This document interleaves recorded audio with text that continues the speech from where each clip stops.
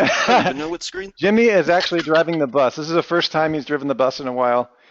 Sue has stuff going on at the Theme Zoom office, and which is also her house. And we have this going on, so now you can see Jimmy's screen. What screen do you guys see? The questions? We see that No, giant robot with all of the stuff on your it's desktop. it's a scary Ah, screen. Yeah, I see. Okay, yeah. let me move some Hey, you things guys, here. we want to make sure that we got to make sure that you can hear us. Can you please give me a 1 to let us know as we get ramped up? Here we go. Yes, you can hear us. Testing, 1, 2. Testing. Okay, that's good. That's good. Hey, Welton, it's good to see you. Pip, good to see you. Don, wow, the room is filling up. Everybody seems to come in at 2 minutes past. They know that we're always slightly late. Oh, that's good. Okay, Janine's good to see you. I don't recognize it. Don Roberts. It's actually, you know what's scary is how many of you guys I actually know or have met in person at one of the events, either OMG or Network Empire. Really, really I good to think see all. it's just awesome. It is awesome. It is awesome. You're not just a bunch of digital pixels like running up this question screen here. I actually know who you are. Except for Jazz. Jazz, I don't know. Jazz, well, yeah. Yeah, he's a little bit shady. I'm not Yeah, so she sure. just lurks. Paul, it's good to see you. Everybody's coming in. Okay, so Jimmy's gonna be manning the questions tonight, so look out. And we're just gonna go ahead and same old what we normally do. I'm gonna try to hit the questions as they come on the written screen.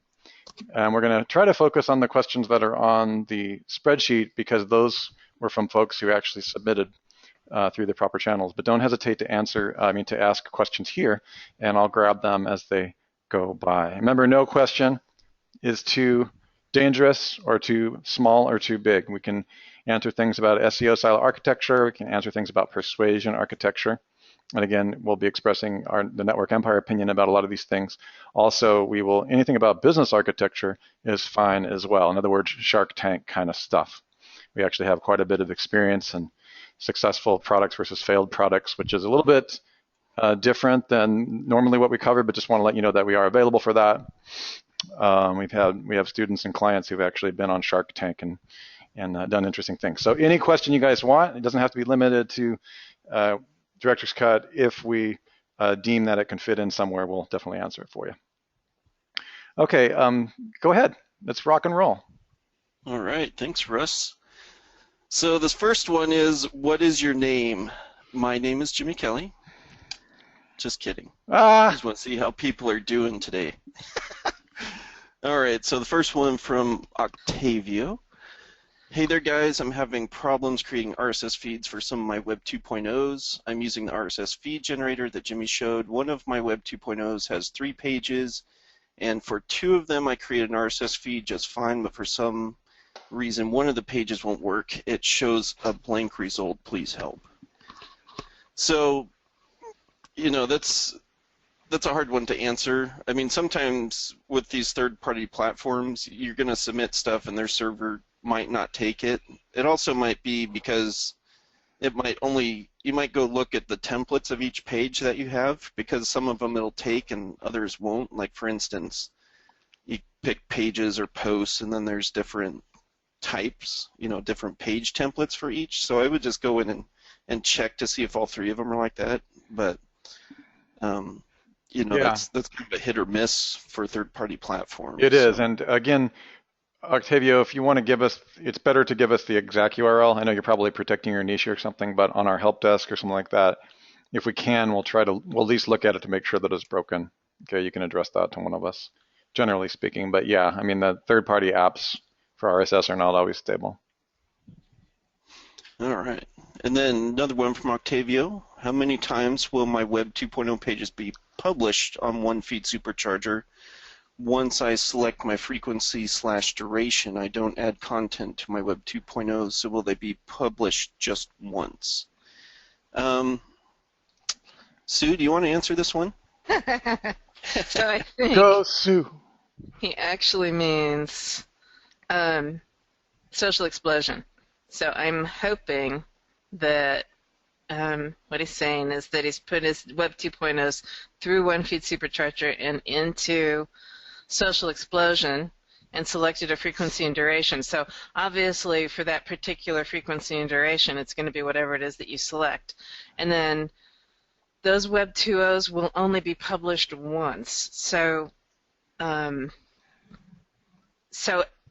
let's say that, let's just take an example. Let's say that you've got a feed coming out of Google, and you've taken that, you've put that into one feed supercharger along with a couple of other feeds. You made a feed, you threw that into Social Explosion. Every time a new entry comes up in Google, it's going to appear on that feed, and that new entry on that feed will get processed by Social Explosion.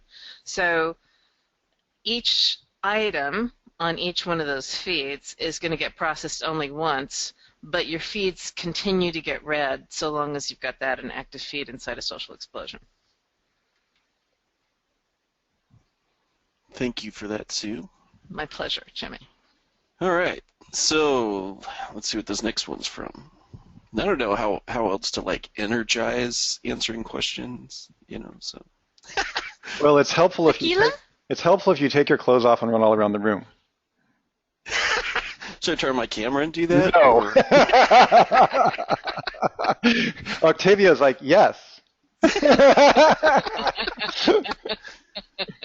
don't know I can't read where this is, but maybe we'll find it on the next page here. So, I spent a considerable amount of time on your sites figuring, yes, I watched the video Russell pointed us to last week, out all the tools, and I'm finally getting some semblance of how they fit together and what they do, and how I can use them. Does this make any sense as a strategy to get initiated with your tools, considering 1 and 2? 1, keeping in mind I'm just starting out and don't want to jump into a $1,000 per month payment, nor do I even have the quantity of projects to make use of it completely.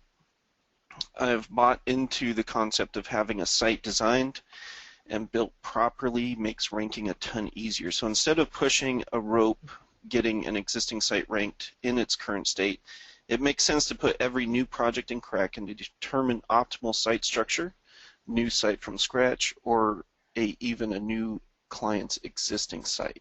Okay. So I can get a 3-day pass and do a handful of projects. Well, I'll just tell you straight up. You want me to read the rest of this, or? Well, yeah. Read the next paragraph. All right. I can get a 3-day pass and do a handful of projects, even if don't go the extra step and buy the blueprints or blueprints extra. I can do them by hand based on Kraken info for DWS or purchase later. Is Kraken overkill for a local site? So in combination with your OMG Pro software bundle, that would be everything I need. Kraken 3 days, or am I completely out to lunch with even a basic understanding of your tools? The blueprints mention HTML sites, meta description, title, etc. Does that mean they won't work for WordPress? Domain Web Studio seems like a paint by numbers ranking tool. Is that about right? Add this link, Wright. Write this article. I hate how it jumps all the way down. What's the difference between DWS and blueprinting module? And blueprinting module from over on ThemeZoom shows a price, for example, of $200 for 5 detailed silos. That's 5 detailed. That's 5 silos. So that would be like one site. So we've got bundles that make that a whole lot more affordable. For example, over on Network Empire, we've got a bundle that includes Kraken and an unlimited number of blueprints for $647. But what you were talking about, like just doing your research in Kraken and then taking that data and going to DWS, you can totally do that. So you can come in at $200 and then just dip into Kraken when you need it. How do you feel about Kraken and local markets, Jimmy? I love it. So typically, I mean, for myself, I'm not just going to stop in one local market. I want to go out and take over multiple local markets at once. And so I like to use Kraken to kind of get the market level keyword research done, because then these sites can also be used to rank national sites down the road. So, but if you're starting out in local, why not just do the due diligence as if you're going to expand as big as you can get right off the bat? Because I hate being in a position where I focused on a specific area for a keyword and then client wants to expand, I have to do more research and more research, and it's just, I like to just get everything done at once so I have what I need to work with and then go from there personally. But what do you think about that, Sue? Yeah, I think that's a good answer. Ken, I think you got a pretty good handle on how everything fits together, and yeah, I would go for it. Yeah, and well, that's okay. Good. The bottom line is that, just as a background, I think a lot of folks on this call, Kraken, the story behind Kraken was just, can I do this, Sue? Sure. Okay. You just tell me if I'm getting off the mark. So the way that Kraken was created is that it was designed when I came to Sue one day and said, hey, I want to rank for everything, including all the synonyms. And we noticed one day that you won't almost always find one site ranked for the same synonym or a keyword that is the same meaning but a different word across multiple synonyms and words. So we wanted an easy way to come up with a whole bunch of top-level vertical keywords for that, not just a keyword tool. So Kraken is a big tool for really swallowing your market whole and actually ranking for a whole lot of words with the same meaning but might be different words, and across what we call vertical markets. So if you're going to use that, just to help him with his question a little bit, Kraken can be overkill if you only have one or two client projects, but you're going to get a really nice diversity. You could go and dip in with a 3-day pass and play around with it, and you can add your own modifiers. Also, Sue has some good videos on TLKT in the help file area that show how to use TLKT to perform these types of things, which is just very useful to know. Yeah. I've kind of I've gone back and forth a little bit, and I'll tell you where I am right now in terms of research and keywords in local markets. Okay. With the latest, I don't know, somewhere in the last year, Google came out with an update, and they're looking at the number of searches for a term. And if you've got more inbound links than there are searches, like they look at that ratio, and if it's an unreasonable number of inbound links for a particular term, then they're going to stick you in a filter. Exactly. Yeah. so let's look at the idea of HVAC repair, since I just had my air conditioner work done. If you are a local service provider for HVAC repair and you use a keyword Mesa HVAC or Mesa HVAC repair or something along those lines, then you have to watch your inbound links for that term. So I'm back at this point to taking the locale out of the keywords. Create your blueprint with your national level keywords, and then put your modifier into your site. Like, if you've got have your Google account and specify that your Google account is for a locale, and specify that your website is for a locale, and put your address on the website, and use citations, and do all of that good stuff so that Google knows what your locations are, and that will rank your local modifier for you, right? So then when people go and they type in HVAC, which I just did, right? I typed in HVAC repair, and it brings me up basically a map pack of everybody that's local. And I go and I look at their websites, and they don't have the locale on their websites other than, smatterings here and there. It's not plastered all over their URL strings, is what I'm getting at. So in your URL strings, in the keywords that you're picking to go into your silo structure, you want those national level keywords again. So I flipped from going into TLKT and putting in the local modifiers, which is what I probably taught 6 months ago, back to just use Kraken and go for it. You're going to find all your high-level market terms, which are the ones that you actually want for a locale, because if there's only 20 searches nationwide in a month for a long tail, by the time you go into a locale, I don't care if your locale is Los Angeles, it's going to be a fraction of that 20 searches a month, right? Mm-hmm. So if you go for your national level keywords, you go for the keywords that have got a whole bunch of searches on them, then even when you get into a smaller locale, you're going to have a reasonable number of searches on those keywords. So don't be daunted by what seems to be really competitive terms, because by the time you get them down to local level, they're no longer that competitive. Right. Got it. So that's a bit of a shift than what we were looking at a year or so ago. Yeah. Okay. Got it. Very, very cool. Sorry, there's some comments here. Okay, we can move on to the next thing. Okay. It's from EJ.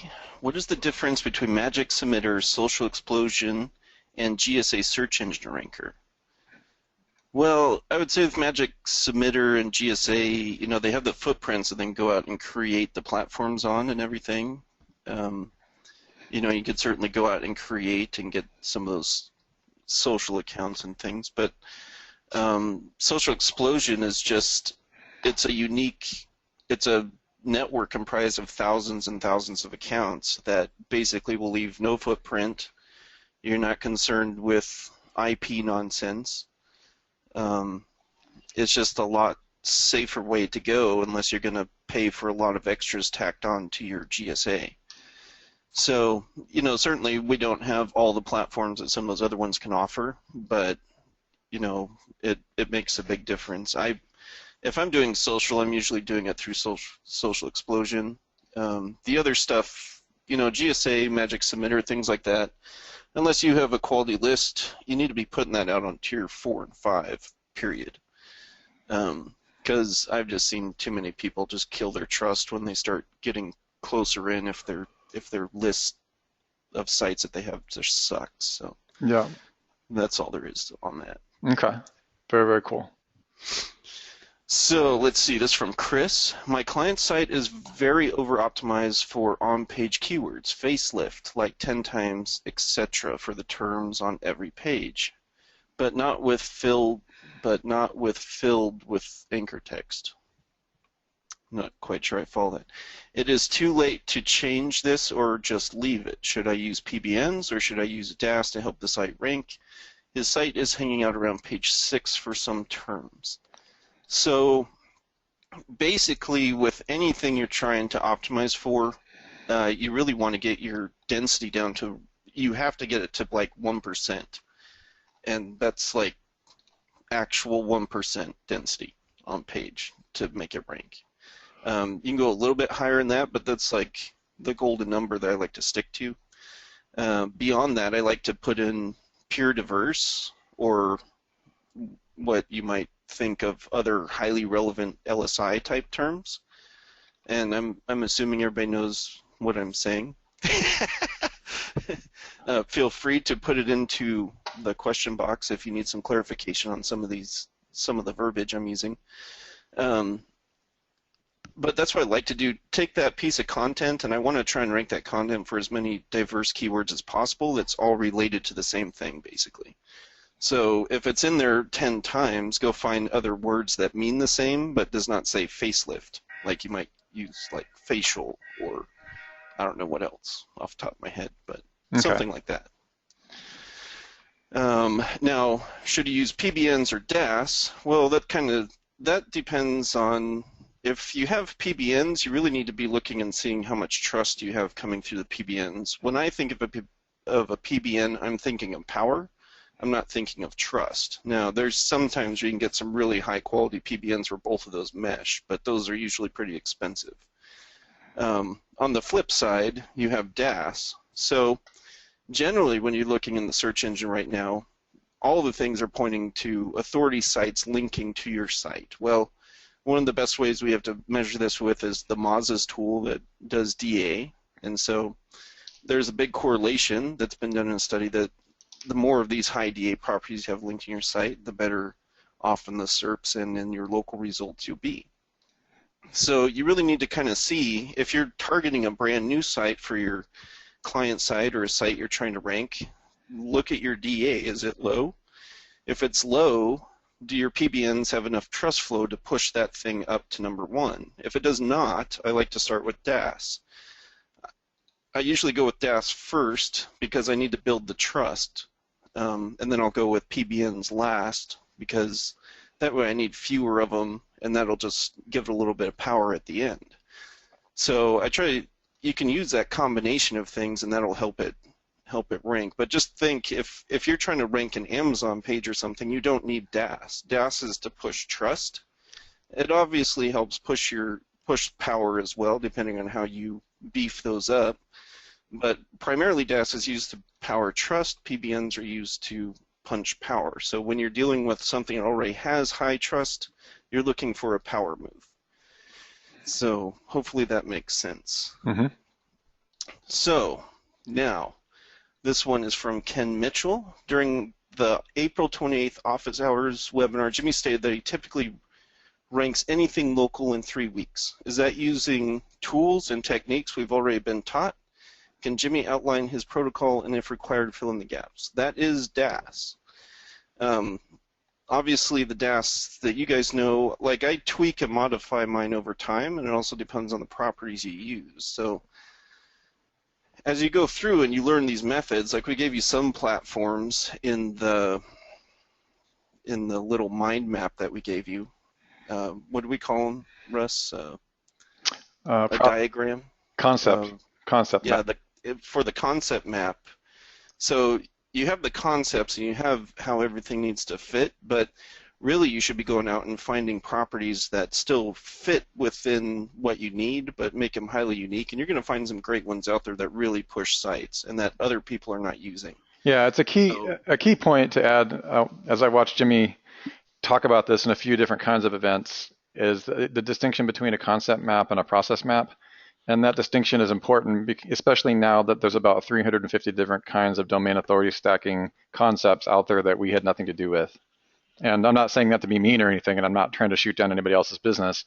I'm just pointing out that you just can't look at a diagram and automatically assume that the processes are there. You have to actually understand the concepts. So we just want to make sure that you're aware that there's a lot of different things out there being, touted as DAS. And unless we've looked at, unless Jimmy and Sue have taken a look and followed the flow and we actually understand what's being implied by those maps, you won't know for sure if it's actually going to work until you try it at your own risk. So just make sure that you understand the difference between those two. All right.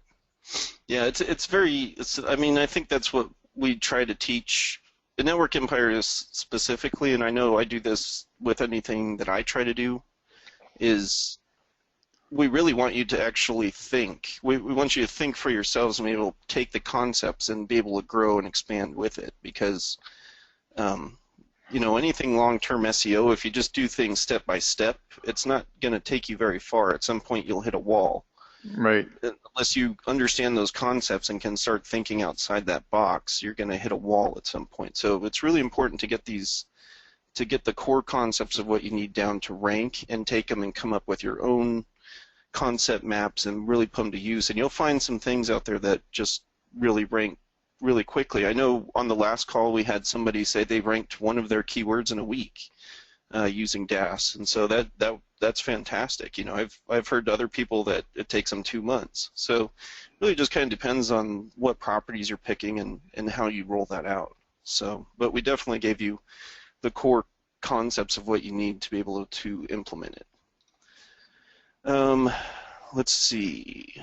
This is from David Hood. Does the vast majority of value from social signals come from the fact that they are high DA/trustful links? Why, yes, they are.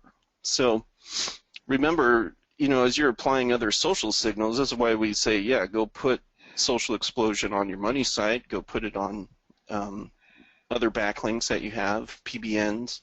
It's going to help increase that trust flow, and that carries over. The fewer jumps you have from the money site, the more you can push through it. So, yeah, a big part of it comes from that. Another one from David Hood. I suspect that siloing is so powerful largely because of the effect Google looking at what page linked to you and what you link to. Simple conclusion would be, don't link every page to every page like Macy's.com has done. The hair care page links to men's belts and suspenders. This dilutes relevancy. True. I mean, you can have some things that are, hair and belts and suspenders just don't really mesh together. And you're not going to get that kind of lift that you're looking for. The more specific you can get from somebody, or whether you're going out and trying to get guest blog posting done or your PBNs, the more closer related to your keyword you can get, the better lift you're going to get, because it's more specific to what you're trying to rank. And really over time we've seen Google just has really favored those internal pages, but not to mention and this is something that Russ and Sue have been doing for, how long has it been, Russ? It's been like since 2000. Yeah, 2005 and 6 we started. Yeah, it's even billions of years. Yeah, I mean, and before I even came along and met Russ and Sue, I was doing this stuff manually, and then, they showed me the Holy Grail. I was like, it just started saving me 45 minutes of time. I could do what I used to do in 2 minutes now. So, a properly siloed site is going to save you on having to do 80% less PBN links or 80% less DAS links. So you might as well set it up right when you begin, because it's just going to save you time and effort and money down the road. So, soapbox off. Oh, that's a good one. Can't emphasize that enough. Sometimes it's easy to think about things in the wrong order. Like getting the cart a little bit ahead of the horse. That I think people enjoy backlinking methods, and it's very popular, and they mistake that for the Holy Grail, and it really is on-site thematic relevance that makes all that stuff worthwhile. I know we just keep beating that drum over and over again, but it's amazing how we can beat that drum for a decade and it still is not, still easily missed. Yeah, absolutely. I think it's just those basics, just getting those down it's so crucial to the success, especially now. Google really enjoys ranking those internal pages. Indeed. So this one is from Theo. He says, "Hi guys, your incredible webbies have slowly, through replication of listening, changed the DNA of my thinking. That is fantastic." Yay! That is the goal. Goal! And I'm sure within the next short months I'll completely get this stuff. I have the following questions all linked. I hope they help all listeners to understand the concepts you teach. Number 1, am I right in thinking if my top 3 competitors are ranking with very poor anchor text, both not long tail keyword or main keyword, optimized with very poor non-themed, poor trusted links, many, that I can easily outrank these listings with high quality themed links from not even that many themed relevant PBNs and some simple dash clusters? For that question, I would say you are right in that thinking. I'll get into the specifics in a minute. Question number 2, looking at one of the sites, for example, what is ranking in first place for a long tail keyword which does not even have their anchor text on a subpage or their main domain. I notice they have high DA authority on their root domain linking to that page and only has 12 external non-themed anchor text optimized links. Am I right in thinking that it's the trust and DA from the root domain that is powering the page? You are right in thinking that. So number 3 is looking at the trust flow and DA of Google listing, an indicator of easily you can outrank that search result versus how many number of links they have. True. Finally, I want to rank my brand website for various niche health products, all health related but very diverse, e.g. fat calipers to filtered drinking bottles. Now, would I set up a Kraken to build the right money keywords and set up individual silos for each product using the silo plugin and build out good content pages to rank these keywords? Thanks so much for your webbies are addictive. Well, thank you, Theo. So you're definitely on the right track with every question that you're thinking. So for one, we know that high DA links are what's a driving force right now in Google. So while you shouldn't look at the quantity that people have, the only thing you have to look at is like how much trust are they getting from that quantity of links. If they have like 200 sites from, really high trusted sources, you're not going to be able to roll in with 5 trusted links and outrank them. So that's a factor to take in consideration. But certainly by doing all of your keyword research up front, and this is where Kraken and Last Keyword Tool really shine, is they go out and they drill these in real time. It's not like something they're pulling from some other person's database. Like, it's going out, it's drilling, it's finding the fresh keywords and the most relevant LSI as of when you drill to what Google sees as important for that specific keyword. So you should definitely do due diligence. The biggest part of the job is getting the site set up, getting the silo architecture in place, and then really filtering down and getting the right keywords to rank. Because, when you do a silo, why go out there and just pick whatever LSI that's related to the keyword. Wouldn't you rather pick the keyword that actually makes money that's related to the keyword you're trying to rank? I mean, it just increases your chance to make more money. So it's absolutely crucial that people do that. And there's a lot of tools out there that it's just a matter of them throwing in LSI, but they don't really have any way to measure it. So I think I answered most of those questions. But yeah, you can roll in. The other thing is, if you go up against a high DA site, your other one is question of internal links. Yes, your internal links and your external links count as all juice in one bucket. So if you think of water in a bucket, your external and internal all in that same bucket for your website. So certainly if you can't pull the trust from outside your website, you can certainly utilize your internal link juice to help push you on keywords. So, but you're definitely on the right track, Theo. Leo asks, whoops, went a little too far. Jumping around. Okay. When a Web 2.0 social profile is over-optimized, does that hurt the money site? Well, it depends on if they're doing do-follow links to the money site or no-follow links to the money site. Anything that's going to be a no-follow link is not going to penalize or hurt your money site. But, however, let's say it's a do-follow and it got penalized. And let's say you build 30 other sites then also get penalized. Okay, and then let's say you have 10 good links left.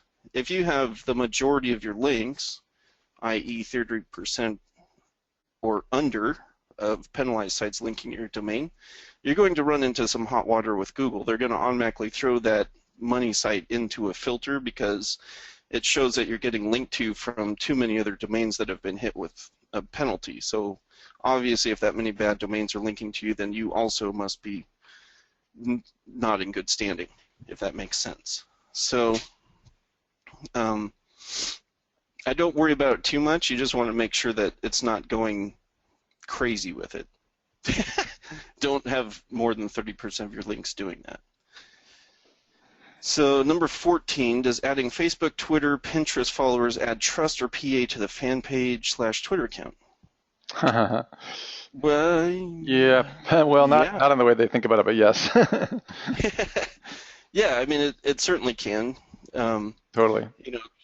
Because you're going to be getting that juice flow in through your Twitter page. So, yeah, all of that helps. One of the little dirty tricks I like to do is I go and put my power behind those nice little followers that happen to follow you on these different social platforms, or the page, like think of a backlink page. So if it's a backlink page, what do most SEOs look for? They're going to look for the backlinks that are pointing to that specific page. Well, you could go put it back on some social profiles and still power up all those followers and things that have liked your page or shared it or whatever.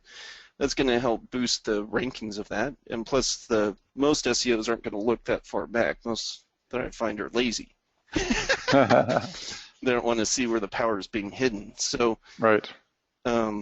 Yeah, I mean, definitely add those. What was it? I think just by linking up your social accounts together, doesn't it get you up to a 13 DA out the gate, Sue? I think is what we narrowed down recently in that study. I believe that's what it was, yes. Pretty sure that's where it ended up being. So, yeah, just taking your main social accounts, linking them together, putting them on your site, linking those to those, do one big hodgepodge link wheel, 13 DA, baby. Yeah, can I throw in a tip that I'm not supposed to give away about Twyla? Yeah. About Twyla, Sue? Can I do that? No. You're always. Well, that's not very fun. You're always mean to me. Okay. Sue, go get some coffee real quick.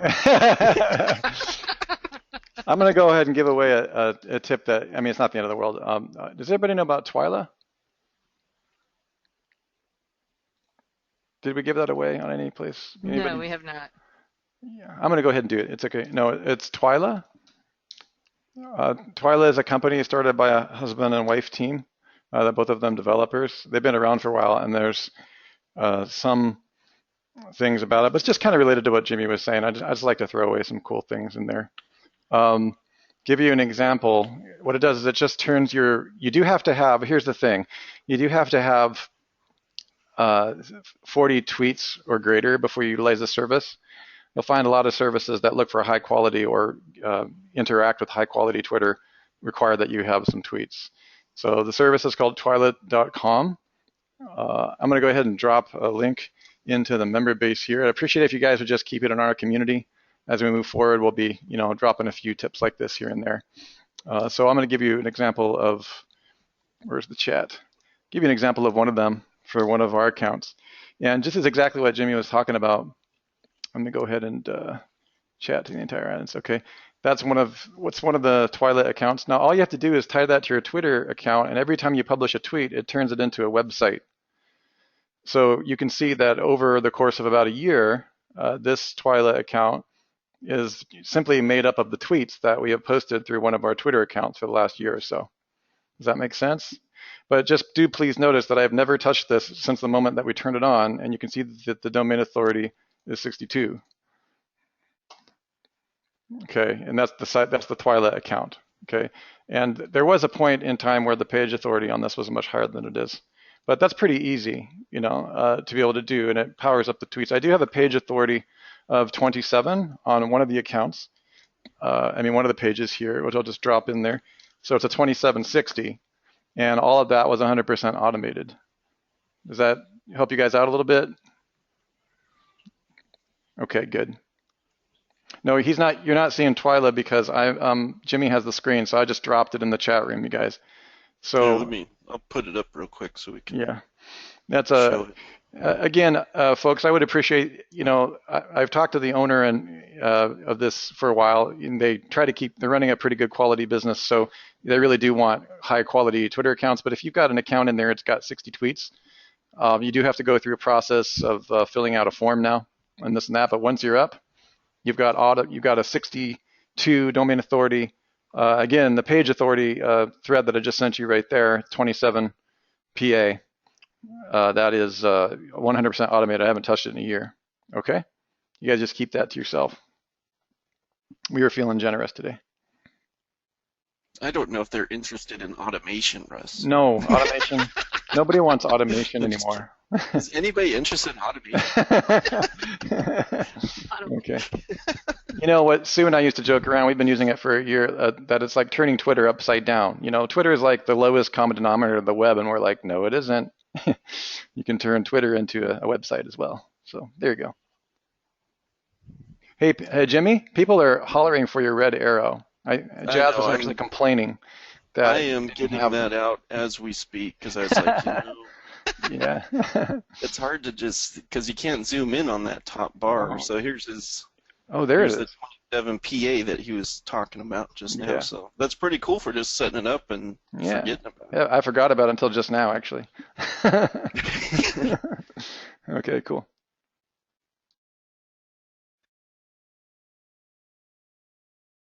Sorry, I muted myself that time when I coughed. No, you've got people all excited now. Jimmy, everybody's excited with the red arrow there. The laser pointer. It's just all about the red arrow. It's all about the laser pointer. All right, so we got Leo again. I found a plugin that helps observe and suppress all tracking cookies called Ghostery. It's for all browser types. Could you confirm that does help to be under the radar? I can look it up. I don't know. I think I actually have it installed in one of my browsers, but I can't say that I've turned it on too many times. Okay. It's kind of an oxymoron, a browser with a thing in it to make you Ghostery in the browser. Wait a second. I think I have it on. Let me see. Oh yeah. I tried this. What's so I'm not. It's asking about a Ghostery, so it's a plugin that you put into your browser that helps hide your cookies. Okay. So I'll put it to you in Skype so we can look at it later. We'll have to get back to you on that one, Leo. Yeah, we don't know. Answer that one next week because. But it's a good question. And Sue is kind of our security when Kevin's really into security as well. But I can tell you that Sue, you correct me on this, you generally turn your nose up at most browser extensions. Yeah, I wonder how the communication works. And I use them with caution and discretion. Okay. They're stealing your cookies and selling them on the back end. That's right. Give me my cookies back. You stole my cookie when you protected me from myself. Chocolate chip cookie. Oh my God. You just know it. Anyway. Guys, stop being so cynical. We're on a live webinar. Oh, yeah. So this one is, when should I silo? Do I need to have the vSilo plugin to get the credit of a silo? I was just going to manually do it because under my pages I want more pages. I know the vSilo only has 2 layers of pages before it turns into posts. Is it fine to have a silo like this? Site name, services, SEO, state, city. Well, I know you can do bolt-on silos. But if it's existing, like if you already have a page on there, I mean, I certainly would do something rather than nothing. Okay. If you weren't going to do the bolt-on method or, do it completely with vSilo. Is everybody familiar with the bolt-on method, Jimmy, or do you want to explain that? What does that mean? Well, that's just where you can put it in, basically, and do the silo, but it's not going to be part of the existing pages that you already have in it. So exactly. Usually it's going to be it might be a conflict on some, but it helps with other keywords that maybe you've gone out and done research. Yeah, that's a term that I think originally Matt DeCruz was talking about, and this idea that if you've got a full-on site, I've seen Jimmy, I know I've seen Sue do it a lot in situations where we're called for it, where I just wasn't sure if this community was aware of this. If you've got a full-on site, even if it's not perfect, and in fact even if it's total crap, you could actually gain more focus by adding a single silo to the site. So we call that bolt-on silos. And we don't talk about that much in OMG, so I just wanted to make sure that you guys were aware that that was available. The interesting thing is with our new silo plugins, they're easier to create a silo structure out of. Mm-hmm. So there's 2 things to consider if you're going to use a bolt-on silo. One is you're going to have to make the path percent category, percent post name, percent. So if your path isn't already like that, then you're going to end up changing the URL string on every single page, and that's sometimes not a cool thing. Yeah, that can be. If you've already got rankings. If you're not ranking, then it's not a big deal. Go ahead and do it, and it's awesome. Right. And the other thing is, you now have, in the new versions, you've now got the option to be able to add existing pages and posts into your silo structure.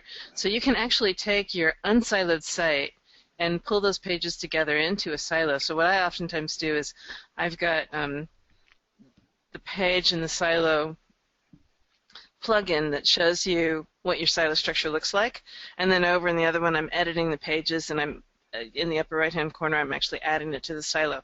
So you can rearrange your entire site relatively painlessly into a silo structure, and that can actually affect your rankings significantly, virtually overnight. You just ping everything and tell Google that it should look at your site again, and I've seen your rankings on those sites go up really fast.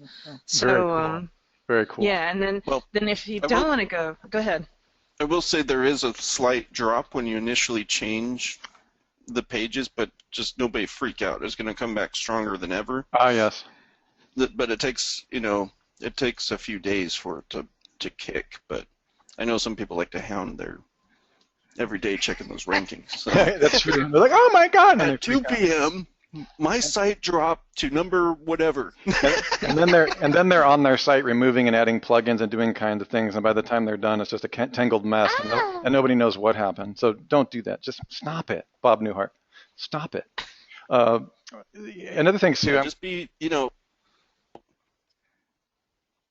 Go. I was going to say, a lot of SEO is just being patient. Like a lot of people I know that are really good in SEO, you apply something and you just let it sit for a little bit and see what it does. Yeah. Because initially, I've dropped links before and watched stuff drop down 4 pages, and then the next week it's up 2 pages higher than it was before it dropped. And so you just kind of got to just relax and just see what it does. If after 2 weeks I haven't seen positive movement on what I did and it stays at a -1, then I know I need to go back and change what I did. But gotcha. That's what I'm saying. When you start messing with site stuff, same kind of thing. You'll see a little bit of a drop, but just give it a few days, and it's going to jump up with all the other keywords that you put in. So, I'm glad you told me that feature, though, Sue. That's that we can do that now on the new one. Is that out, Sue? Where can people go to get that? Oh, that's next week. Yeah, I'm trying like crazy to remember if the version that we have out right now has that option. If it doesn't, then the ones out next week will have it for sure. I don't think that current one, unless I missed that feature. That's pretty cool, though, because it was a real disaster on version 1.0 to try to change the site-wide. It was very difficult, so yes. I'm really glad that we can do that now. That's huge, huge thing to put in the bullet points. So, I'm on the way. Now, all right, so you guys have to wait till next week to get that, but tune in next week and we will be sure that you can get your hands on the new updated one. And if you order in the next 5 minutes. At least on cookies. Exactly. Yeah, or they can get us cookies. I prefer chocolate chip cookies for the record. And milk and cookies. So, in this little end part, he's asking about how you set up your permalink structure. Well, so depending on where you're going to be focusing, is how I like to put you want your most important page closer to your root, because then anything else you put under is just going to help strengthen the juice flow to that page. So, you might just be doing a city SEO move. So you might want to it depends on how big and expansive you're going to make the site, but just keep that in mind when you're picking which one of these needs to go where. It's like, where's your focus? Like, where are you trying to draw the traffic from? So if you're trying to go after the city, then, by all means, combine it together. City SEO. Put the state in your title or something. Screw having it in the in the permalink structure. So you want to try and get it as close to possible as you can for what you're actually trying to rank for. Okay. So now this one from Ben. I have been using Social Explosion and it's great, but I've had a lot of trouble with one feed supercharger. Okay. When I create a super feed and then plug the URL into Social Explosion, I don't get any social signal sent to any of the posts that are already contained in the one feed supercharger feed. Social Explosion only seems to react to posts that are made after the feed is put into Social Explosion. So here's my question. How do I set up Social Explosion to send signals to DAS properties? If I create, say, a Weebly page on a Tumblr site and then put the RSS feed into one feed supercharger, Social Explosion doesn't pick up the feed. Do we then have to do additional pages to the Weebly and Tumblr to trigger one feed supercharger and Social Explosion? Would adjusting the settings for one feed supercharger Yeah. to update old posts make a difference? Thanks. You want to answer this one, Sue? I knew you were going to give me that. Oh yeah, I give you all the software stuff. So what you're experiencing with one feed supercharger isn't the way that it works. When you put a feed into one feed supercharger, it reads the whole feed, and what it's going to do is it's going to check any other feed that you might have submitted, and if any of that content is on another previously submitted feed, that particular piece of content won't get published again. So let's say that let's say you put in a feed last week and it had 10 items on it, and now you put in a new feed this week and it also has 10 items on it, but 3 of the items were also on the feed from last week. Those 3 items won't get republished. So the 7 pieces of content that are brand new will get published, and anything else that comes in new, it'll check and see if it's ever been on a feed before, and if it has, then it won't publish it, and if it hasn't, then it will. So the other thing that happens is sometimes... And tell them why we... Yeah, tell why you do that, Sue. Do you want to tell them why we do it that way? The reason we do that Just is so that... credit. Yeah, so that you don't inadvertently publish social signals to the same piece of content over and over and over again.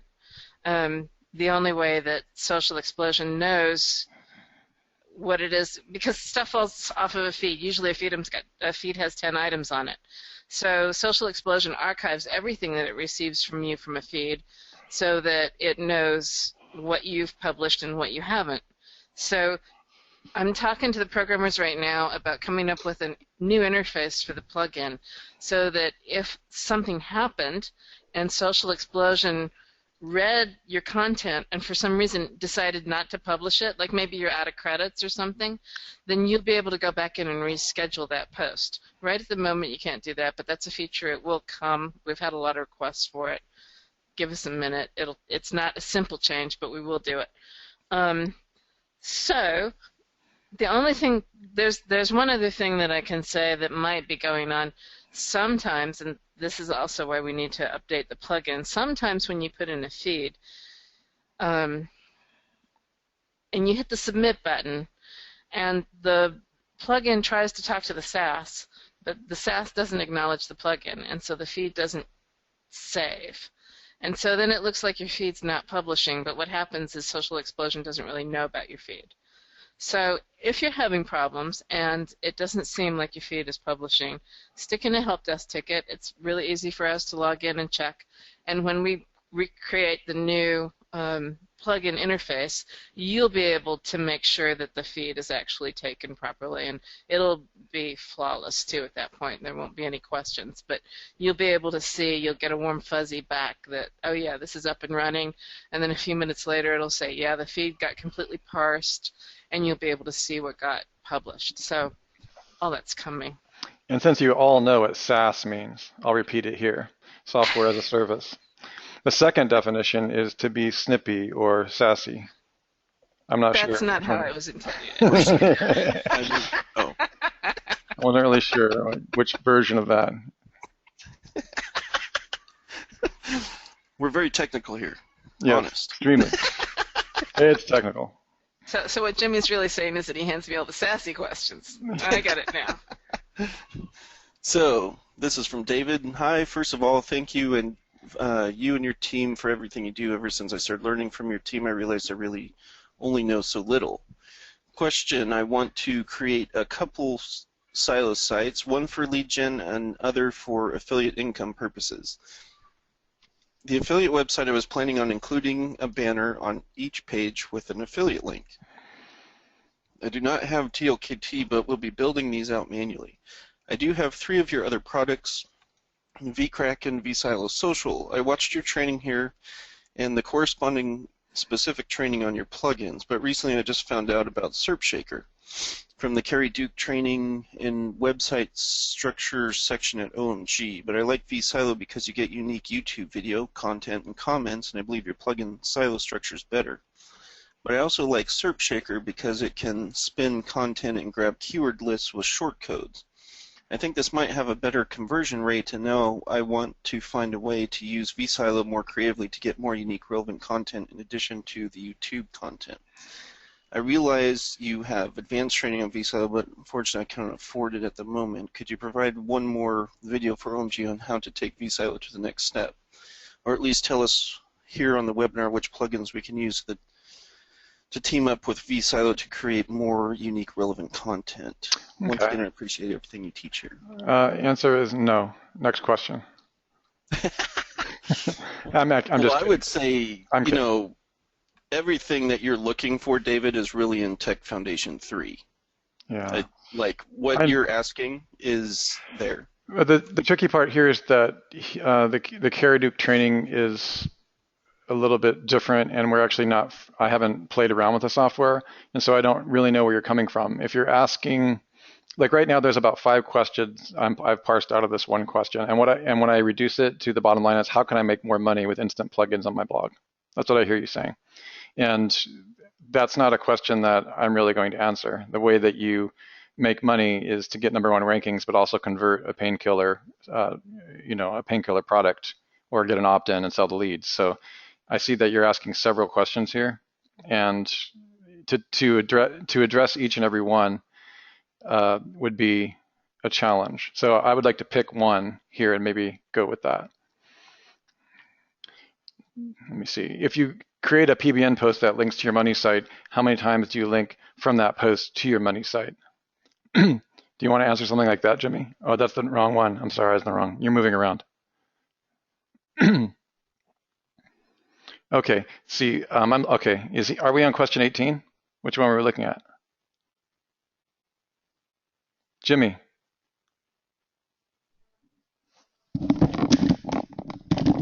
Okay, we can't hear you. Well, you know, it helps if you're not muted. Oh, okay. Yeah, line 18 is. Okay, sorry. cool. That's all right. So I just want to address, there's a lot of questions that you're asking here. I'm going to sidestep any of your questions about other plugins in here, because there's no way that we can possibly know how they work, whether they conflict with, and the rest. But what I can tell you is that the Silo plugin was designed to help you structure your site better and more effectively for rankings. The video Silo plugin was designed to give you a quick boost by putting some videos on your site. And generally speaking, if you're making a money site or a transaction site, the reason you want those videos on there is it gives you a little bit of kick in the ranking, and you want to replace them with your own videos and call to action and decent content around the topic or painkiller topic with which you're focused on. Okay, so that's the purpose of the Silo plugin. When it comes to other search engine plugins and the rest, I have found that in general, most plugins don't play that nice together. It depends how they're coded.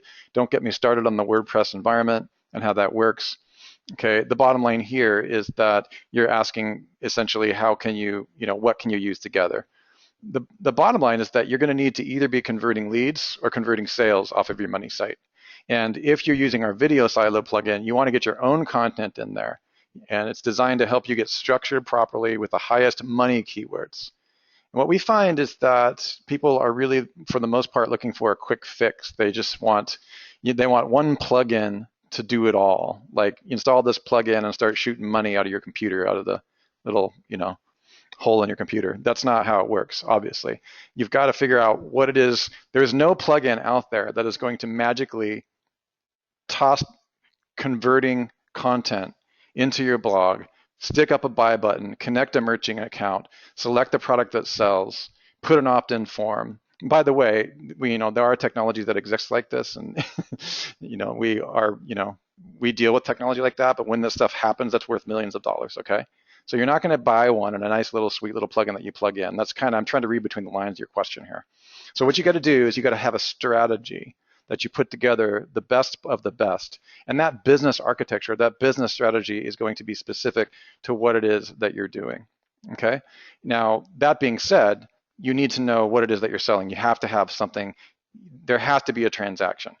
And either it's going to be a lead transaction, or it's going to be somebody clicking that buy button and purchasing what you have. That's the main thing I want you guys to be aware of. There is still a subtle hint in this question that you're looking for a plugin that also inserts your product and and creates conversion and this and that, and those things don't really exist. Now, that being said, there are several services that you can use that will really increase your likelihood of either grabbing a lead or converting a sale. And again, for me, I use lead pages. I'm just letting you know what I use. I use Aweber and just plain old-fashioned, all the same stuff that you guys have been hearing about for years. Those aren't the things that make the difference.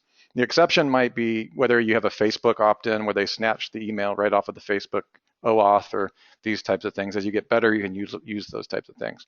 But really, you just want to find a way to grab that lead on that page and provide a compelling offer. It's actually really not that complicated, but you'd be surprised how many people spend years figuring out that they have to match the product and the pain to the market and to the offer. And then they're waiting around for a plugin that's going to do that for them. It doesn't exist. Okay, I just want to make sure. And I'm, again, David, I'm not trying to be critical in any way. I'm just saying there's hints here. There's a lot of offerings out there, and I'm by no way and by no means being critical of anything that Carrie's doing or anybody. The main thing is just be aware that at the end of the day, nobody's going to be able to give you a call to action and an opt-in system.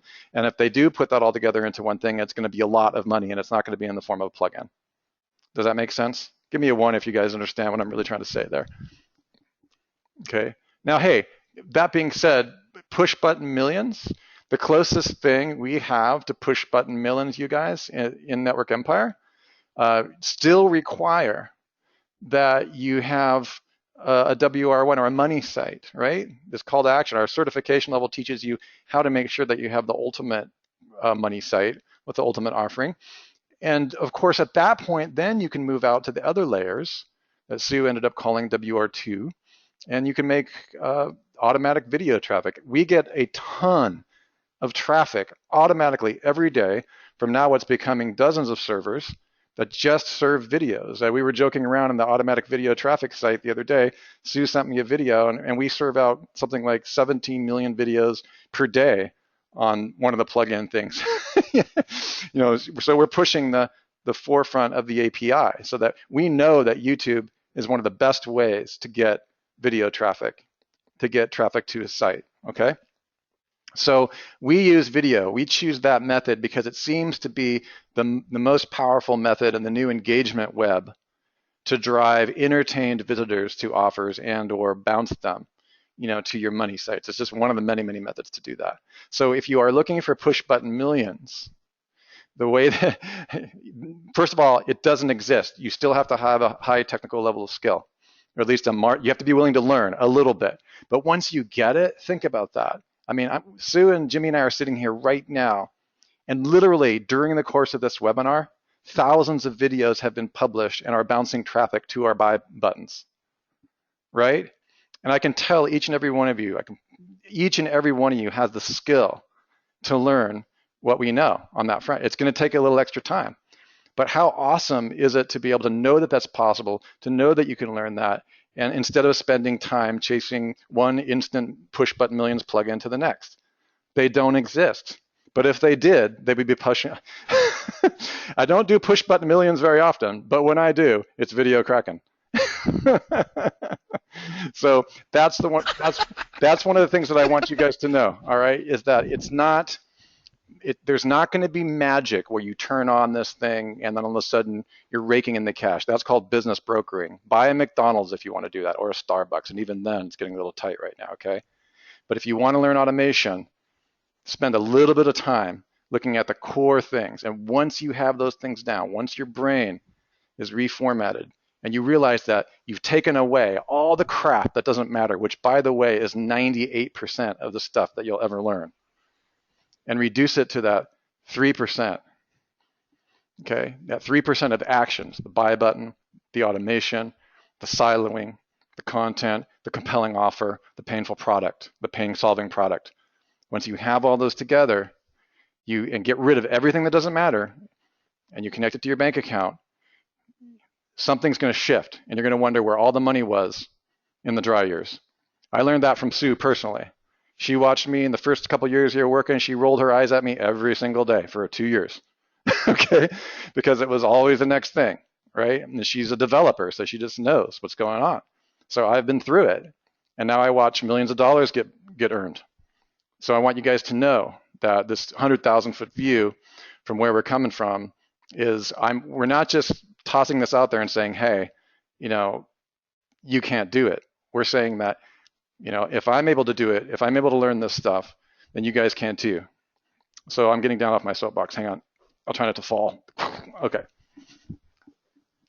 Did I answer that question, or did I not even answer the question?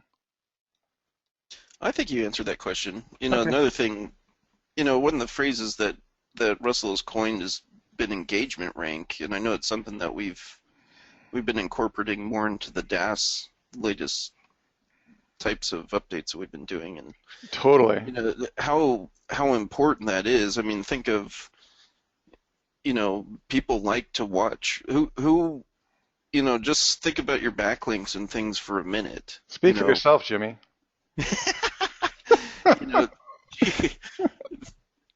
You could get high quality there if you get some real traffic going to it and you see people sitting on the page and they're watching it. It goes a lot further than somebody sitting there and reading. I would take a video any day over reading text, even if it had pretty pictures on it. Oh, totally. Any kind of engagement rank. And keep in mind, Jimmy and I will be talking a lot more about that and a couple other things that we're doing. Engagement rank is anything that acts like a laser pointer for a kitten. You guys know what I mean by that? Have you ever tried to play with your cat with a laser pointer? I have a cat named KK. And every night I go home, I play at least 2 minutes on the laser pointer. And everybody at the house thinks that I'm being mean. But I read in a book that it's good for her brain because she just lazes around all day anyways. So, it activates her brain. But she's totally engaged on that little laser pointer. Engagement rank, and when people go to a YouTube video on your site, they've shown this in various neurocognitive case studies that you literally change your brain state when you're in an entertainment state of mind. Sue and I recently coined this as the rewards of entertainment. It's a kind of sedation which changes the brain state from one to another. And so when you have these video sites out there, and again, it's not just video sites, but anything that they engage with, video games, chatbots is another thing I've been testing recently, artificial intelligent chatbots. Definitely gets people stopping. Now, here's the good news. Even if it doesn't convert to a sale, you guys, it's going to increase the time on their site. And that is becoming a major factor in the algorithms in the Google patent. Okay, is if visitors are not leaving and they're hanging around on your site and they're engaging in everything, you're doing something right. And at that point, it doesn't really matter how you're generating the content. You see what I mean? And we'll be talking more about this as we move on, but I think it's an important point here is that you can start looking at these products. That's another thing I wanted to say to David here, Jimmy. Let me just wrap it up by saying this.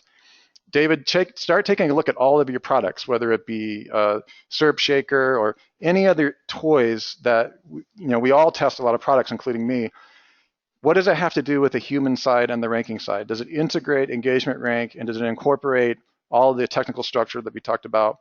And does it keep the visitors on the site, and does it drive them towards your laser pointer? And the ultimate laser pointer for you in your entire, whether it's an empire of thousands of sites like we have, or a single site that's just trying to sell a ClickBank product, that ultimate laser pointer is your buy button.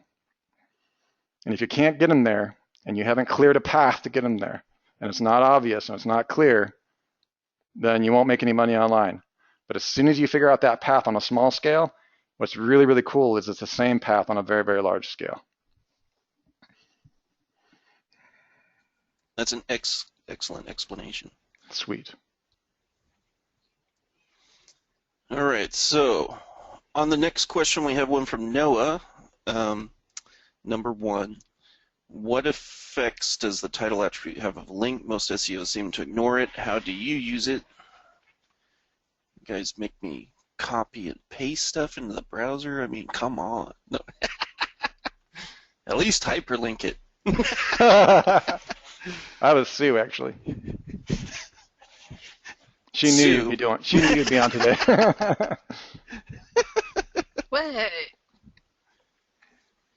Yeah, I mean, obviously, this is gonna, the title is gonna make a big difference on your, you're giving it more weight by adding in the keywords that you're going after. I mean, same thing would work on any other page that you're gonna link with. I mean, it's more golden if you could get your keyword in there. So, definitely do it. You said no-follow links are not seen as spam. Is that also the case if I got 1 million blog comments, no-follow links to the money site? Well, yeah, those 1 million blog comment links shouldn't hurt your site per se. However, that could potentially lower trust. So you want to keep that in mind when you're looking at that on your site. So I would never actually send 1 million blog comments to my money site if I cared about it. But you could potentially. Number 4, if a domain links to all of my money sites page and posts, say 50 links, wouldn't that be seen as spammy? Domain links to all my money sites pages and posts, say 50 links. But at the same time, that is what you are doing in Facebook, Pinterest, when you're creating social signals, e.g. my Pinterest has a pin to all my pages on my site. Is that bad practice? I disagree with that as being bad practice, because think about, this goes right back to engagement rank. Think about when something goes viral. Is it bad? Like, what happens with your rankings when everybody starts sharing it all over these social platforms and liking it and sharing it and tweeting it? And Google loves that stuff and it eats it up.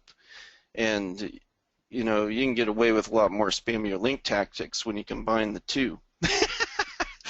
So, True. Google wants to stay on top of what's trending, right? Because, you know, they can't be in first place for a search engine if they're not keeping up on what's trending.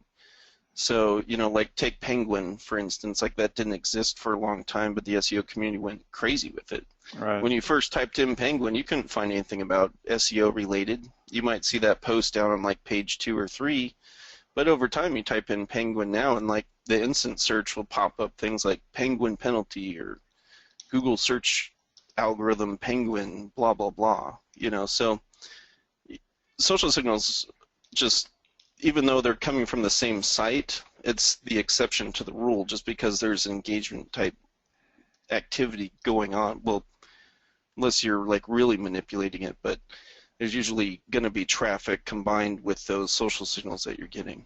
So number 5, if you create a PBM post that links to your money site, how many times do you link from that post to your money site?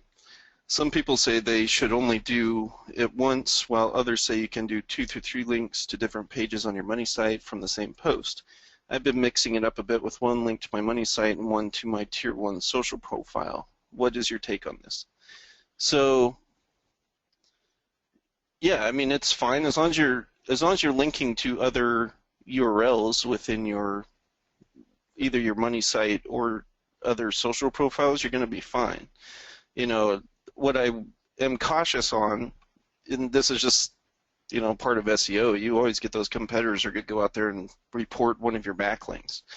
You know, if they go out and they see something that just looks spammy or whatever, and you got a bunch of links that obviously are trying to juice up specific pages on the site or whatever, and you do that over and over again, you know, even on a manual review, they can ding you on that. Depends on how much work the person does on the spam report, but you know, as far as an algorithm goes, you should be fine as long as that URL destination that you're pointing to is different. So, and being conservative, like mixing it up how you are, it should be just fine.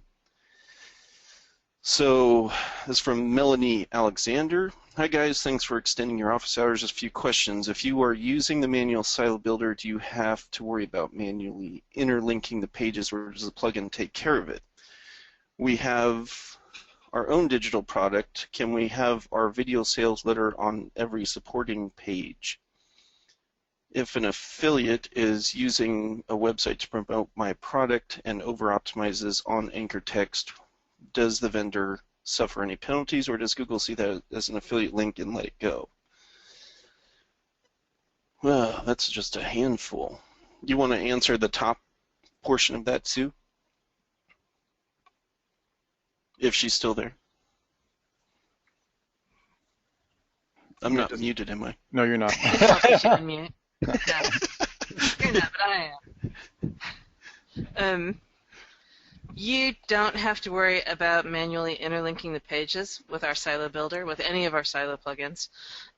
It's going to do it automatically on the menu.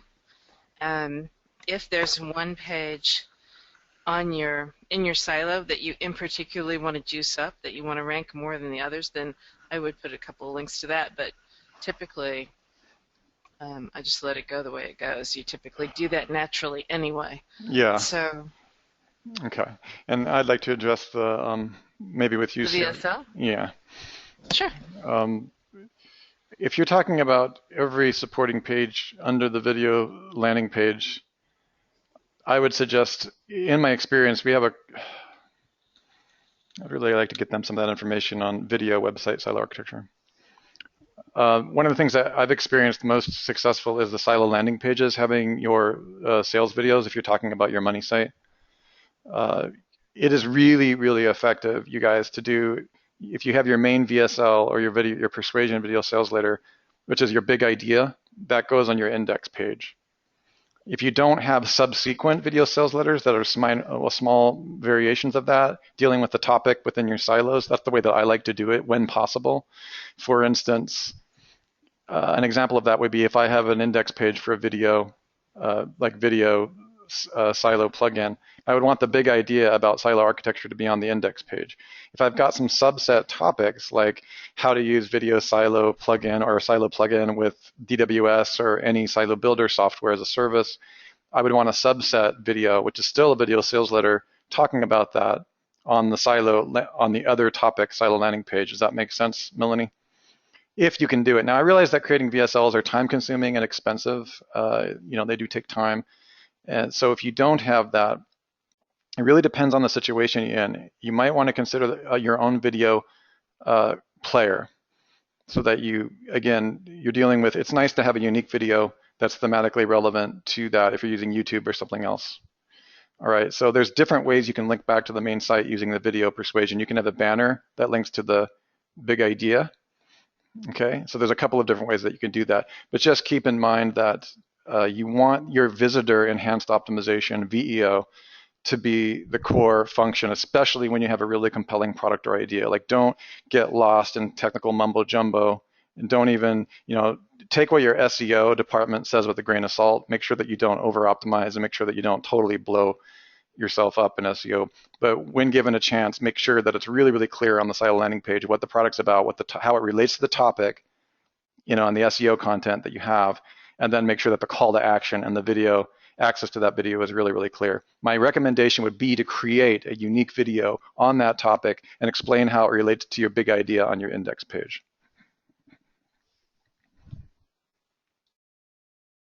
Yeah, and that's the other thing too, is you definitely want to keep it to one index page and funnel the people over, because depending on how that video sales letter looks, you don't want to get busted for doorway pages. No, you don't want to do it. So another reason to just focus it on one index page. For the third one, if an affiliate is using a website to promote my product and over-optimize anchor text, as a vendor suffering penalties. Well, if they're doing an affiliate offer, I mean, this really kind of depends on how the affiliate program is set up. I typically don't like people linking to me that's an affiliate unless they're someone that's been around long-term, trustworthy. I'd rather give them something to do an iframe with, or let them somehow funnel the information from them over to you. That minimizes the gateway pages, but also helps protect where your index page is. So, and certainly you're not going to get in trouble for doing, the iframe type stuff. So, I would just keep that into mind. I mean, if you have somebody that's very aggressive with anchor text, I would just call them up and say, hey man, you need to do no index, or goodbye. So exactly. That's what I would do if I had affiliates under me. Next one is, thank you for all your knowledge. You guys are giving us truly unmatched. What you guys are giving us is truly unmatchable. First question: in lots of cases, a typical local business website is not silo and will have like a home page, about page, contact page, and portfolio page. Can the original Kraken please do his magic by drawing how to do an efficient DAS? Efficient DAS, the type of website mentioned above. Second question: in doing DAS, did you ever got a website penalized because of it, and if yes, what caused the penalty? So, there's been different versions of DAS over time. Certainly you can link to the same page, although you would still want to put other pages on there, because Google just is favoring. I mean, think about this from a perspective. They've shifted to DA, right? So they're looking at the authority of massive websites. Now, the other thing you have to think about is, I have a keyword I want to rank for. So if you're looking at it from that perspective, even though you have a high DA site, doesn't mean that that's really niche specific to that keyword that you're trying to rank for. So this is where siloing shines, is because you can create that enough themed content that you need to actually push the authority, without having to have massive authority. You can have a cluster of them within your website, and that's really what's going to push those keywords that you're looking for. It'll be a lot easier to rank, so you're kind of combating the DA. A lot of the DA sites out there that you see, I mean, you might see them in directories, or I don't know, you see it on Amazon and things like that. They are massive DA sites, but they might not have a lot of pages revolving around the keyword you're trying to rank. So I would definitely do DAS to other inner pages specific for your keyword. Like, I just don't agree with doing, one-page wonders, really. I mean, depends on the competition keyword. It can still be done, but it's so much easier when you have a silo to work with. You just got me number one for a one-page wonder. Well, yeah, but I mean, it just depends on, it just depends on that competition and stuff. I thought you were going to say, yeah, but that's me. I mean, it can be done, but remember, if you don't got a silo, you're going to be doing 80% more links. Exactly, so exactly. Just something to keep in mind. It's going to take more work to get that sucker to move. Yeah, exactly. And, you can get something penalized with DAS if you're going nuts on your tier 2. I see a lot of people that'll start powering up the pages on Web 2.0s, and they're just leaving footprints across every single tier 1 link that they're building. Well, Google's looking out to tier 3. Wow. If you're using the same boosting methods on all the sites, all the tier 1s that link to your money site, Google might not find it right away, but you do it enough, and you're gonna get spanked. Hey, Jimmy. Mamadou, I hope I pronounced your name right, is on the call, and he was asking, what if the customer site is already set up that way? So don't take them as a customer. No, I was kidding. Well, I mean, I would just, you could still use it by sending those links to the homepage, but get in there and put some tags in there. Get some other URL targets on that page somehow. Right. You got to get in there and do something. But kind of also, seriously, you guys, if a client comes to you and they're not a client yet and they have that, you have to take all that stuff into consideration. I mean, because Jimmy is going to tell you, like, that's hard to do. He'll just tell I would immediately upsell them to say, hey, we'll do a brand new web design. Yeah, exactly. That's an opportunity to get some more money on the contract. Right. I would rather go down that route and take a gamble on them signing up for the extra service than if they say no, say, well, it's going to take longer to rank because there's just no content. Exactly. And that's why, doing a report up front. Oh, wrong webinar, sorry. So, you just got to take that, SEO, me and Sue were talking about this today, like SEO is the very last thing that you do on a website. Right. Well, I would say next to conversion optimization. But I still think it's the very last thing you do, because if you don't have your blueprint, so to say, built out, you don't know your keywords set up, all of that, it's just going to take more work on your SEO front, which is going to take more time and money. Good point. Like, I don't want to touch something unless it's ready to go. Right. So if they don't have it in place, then I would rather twist their arm to make them get it in place. Gotcha. So, let's see. So, and we talked about the penalize. Don't do footprints. Hold on. Sorry, I still got this cough going on. That's okay. You got everybody riveted. You've got everybody riveted to their seat. So number 1, DAS question. The properties in the rightmost part of the example diagram, Facebook, Twitter, etc., should these be to the root Facebook profile or Facebook post with a single link, or top of the money site silo primarily for Twitter? Would we link to the Twitter profile or a specific tweet with a link to the top of the silo? You can do all of the above. It just depends on how you want to set it up. And remember, it's not just your Facebook and Twitter. I mean, I utilize a lot of the citations on the back end as well, especially for local businesses. So, just utilize, and, as it's going to where it's going to go, that might be a home page if you only have like a one silo design, or maybe it's going to be your main top silo page that you want to rank. Like, because those types of properties have the most DA and the most trust flow, that's why it's on the right hand side, because that makes it also one jump to your money site, so you're maximizing your trust flow. So I would just keep that in mind. So any of them can work. Obviously, if you put them on the page, some of those will do follow links versus a no follow that might be in the tweet itself, but there's ways, on different properties get around that, with either shorteners or utilizing other methods. Is it possible that Google Fonts could be used for tracking? If so, any precautions to recommend? Google Fonts. I just don't know. Could they use them for tracking? I'm just not sure I don't know. No. No.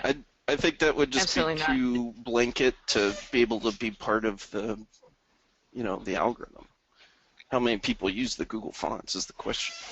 Well, that's a plugin now for most themes and separate plugins, so it's widely available at this point. I don't think it would be a footprint at all. And it's not the same kind of thing that would be trackable because it's a call to Google that brings the font back. So it's not associating it with your IP address. No, I think it's too far to worry about. Okay. So let's see, 23. Is it possible that some indexing services such as link text, instant link indexer, etc., would be harmful if they act as a tier 2, sending links to tier 1? If so, any recommendations for ones to use / stay away from? Yes, I mean, if they're using links to actually get stuff indexed, I would be very cautious about that. Certainly a mass amount of links, talk about footprints again. How many other people are they servicing? How many other websites out there have that type of footprint on tier 2 and tier 3? Those are all things to think of. Plus, if you're sending links to something to get it indexed, I mean, the more links you send, the lower that trust flow is going to go. So, in that sense, that could potentially kill what you're even doing with DAS. So, just things to keep in mind. Specific ones to stay away from, just see how they do their indexing. I certainly would be comfortable with any service that uses, like tweets and pins and things like Social Explosion, to help get things indexed. So just stick around those. Think of how you can utilize traffic and backlinks at the same time. Now I lost my place. Gosh. Okay, from Carl, about auto submission to social site. After having about 40 plus auto posts with backlinks from each of my social sites, I am starting to ask myself, do the first links from my social sites to my money site posts I might still count and give backlinks power? Because in some social profiles you have to scroll all the way down and it's always loading a new page. If it's scrolling down and those are all going to your money site or wherever they're going, I just would drop that. Like, don't post to those ones. Like, ones that do separate pages, I would stick to those. But certainly, I think like we talked about last week, you don't want everything to be straight up syndicated. Like, just don't do that much syndication. You got to put diversity in there. You want to keep your syndication to 30 to 20%, and don't go above that. You need to look outside for other type links to help get your stuff rolling. Let's see, next one from Carl. I also have a maps problem. When I search city plus keyword, my client doesn't appear in the 7-pack, but when I click on the maps SERPs, it is position 4. How can that be that he is in the maps SERPs on position 4, but then the normal Google search is not in the 7-pack, and what can I do to change that? Let me think for a minute. Let's see. I'm trying to think back because I had this happen on someone a while back ago. It's been a long time, though.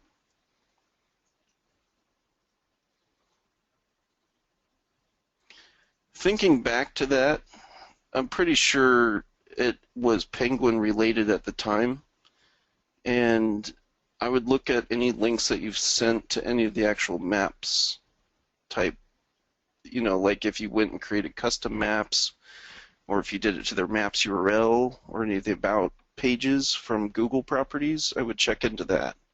and see what they're going on. You also want to go and double check and make sure that all your NAP is exactly the same as what you have on there. You could also be dealing with another dupe page, because remember, I've seen this before as a negative SEO tactic. Like, people will go out and register other versions of the business to create mislistings out there, so it lowers the rankings of the maps.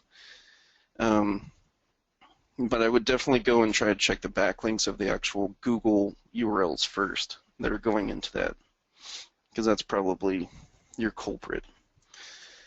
I am familiar with new spam score provided by Moz. If so, do you think it is valuable?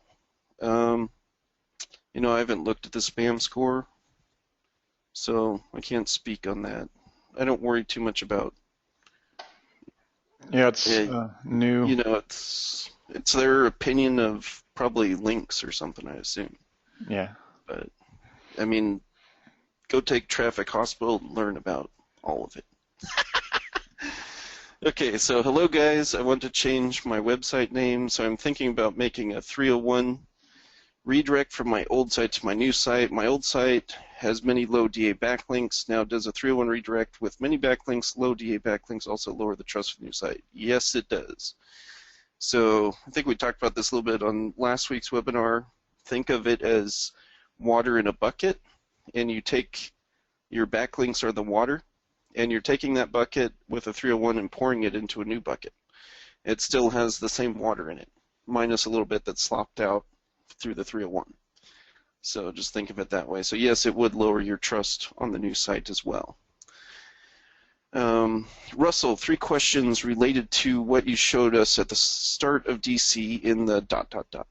Number 1, if a website's shown as verified in Google My Biz, V next to URL top section / header area of GMB, is this the same as being verified in or published authorship? Number 2, have tried to verify a GMB page in Google Webmaster Tools, but to no avail. Can you recap the steps, please? Have you a guide to how best to use rich snippets? Yeah, this question is sort of obsolete since the time we created the Director's Cut videos. Google has toasted the snippets area in which the verified business was there. So we have to create an update, and we have to determine whether they've removed the verified author from the snippets altogether. And so I'll have to get back to you on that one, Paul, because they've changed. Change! Squirrel! So that being said, that's my essential answer for now. Now, I believe that the Webmaster Tool version is still able. You really have to make sure that your Google Plus account and your Google Webmaster Tools account are the same Google dashboard. Some people have been having a difficult time because they're not. You have to make sure that it's the same Webmaster Tool. So you could either do, what happens is it would appear as verified publisher on your Google Plus only after you updated that file from Google Webmaster Tools. So you're not going to be able to validate that verification on the snippets report anymore, I'm pretty sure. I'll double check that on for you, but I've had a couple people also contact me, Paul, on this, so I need to update that since Kevin Pauly, who is our semanticwebtraining.com expert, notified me of those changes.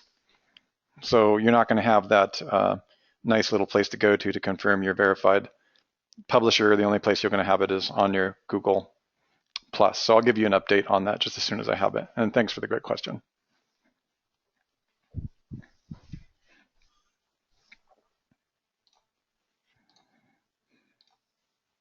Hold on. I got to pull something up for the next question. Sure. Just give me 1 minute. Somebody answered Paul's question while I go get this one. Well, we answered Paul's question already, I think. Line 30. Okay. All right, I'll get that the one. next one. Okay. When using the Google disavow tool, if you disavow a domain sitename.com, would that disavow all the subdomains as well? Thanks. Sue? I could answer it, but I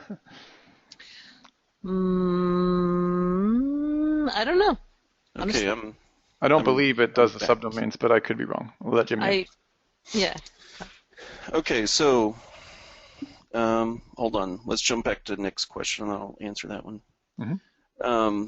Okay, so Nick, I would like some help re-silo structure as it has to do with foreign languages. I'm going to pick up nick.com/SEO/English City one day, but I'm currently living abroad where foreign language is spoken, and I would like to know if it is okay to set up nick.com/SEO/foreign city in a foreign language and in the same silo, or nick.com/foreign city in a separate silo. In other words, can they coexist okay in the same site, either within the same silo or in two separate silos, or am I better off having two separate sites? Well, that really depends. So the optimal thing, okay, so there's two ways to go about it. You can either do two separate domains, and then if they're money sites, you want to put them in Google Webmaster Tools, and you can focus the region of where that site should be. So for instance, you could take a .com and rank it in Australia, or another site if you go and change the geolocation preferences in your Webmaster Tools. You can actually do that on a subdomain level. Yeah, so as long as you've registered that, then you're fine. So the other thing you can do is you can do your rel alternate, your href language tags that you can do. So you could go and rank your whatever it is, your English version of your site, and then you can do an alternate version of that page and just specify your language with the destination, and then you can also get rankings for that other version in a different language. So that might give some people some ideas if they want to go abroad. And if you want to learn more on how to do that, then this would be the link that you want to pay attention to. And I will drop this to all in the entire audience. There it is. Okay, so on to Paul O. Hi, when using the Google disavow tool, if you disavow a domain, domain:sitename.com, will that disavow the subdomains as well? Thanks. Yes, it will. So anytime you disavow the entire root, that's anything associated with that root. You can also do it where you're just disavowing the subdomains, but you would do subdomain.sitename.com instead if you just want to disavow that specific subdomain. By default, in the Kemper tools, if you're trying to disavow something that's coming from a subdomain, then it'll put it in as disavow. If you click the domain, it's going to only do the subdomain by default. So if you have a ton from different subdomains on a site that are bad mojo, then you just want to do the whole root. So domain:sitename.com is what I would put in to the disavow tool. Next one is from Riz. I followed Jimmy's DAS cluster setup, converted the pages into XML format, loaded into Social Explosion, and let it rip. I noticed that Social Explosion does not seem to pull text from a Weebly page or even Blogspot when converted to XML. Rather, it keeps repeating the article title. Any danger of this being seen as over-optimization or unnatural in any way? Pure Volume, for example, has minimal content on the profile page, so it's always just pulling a title.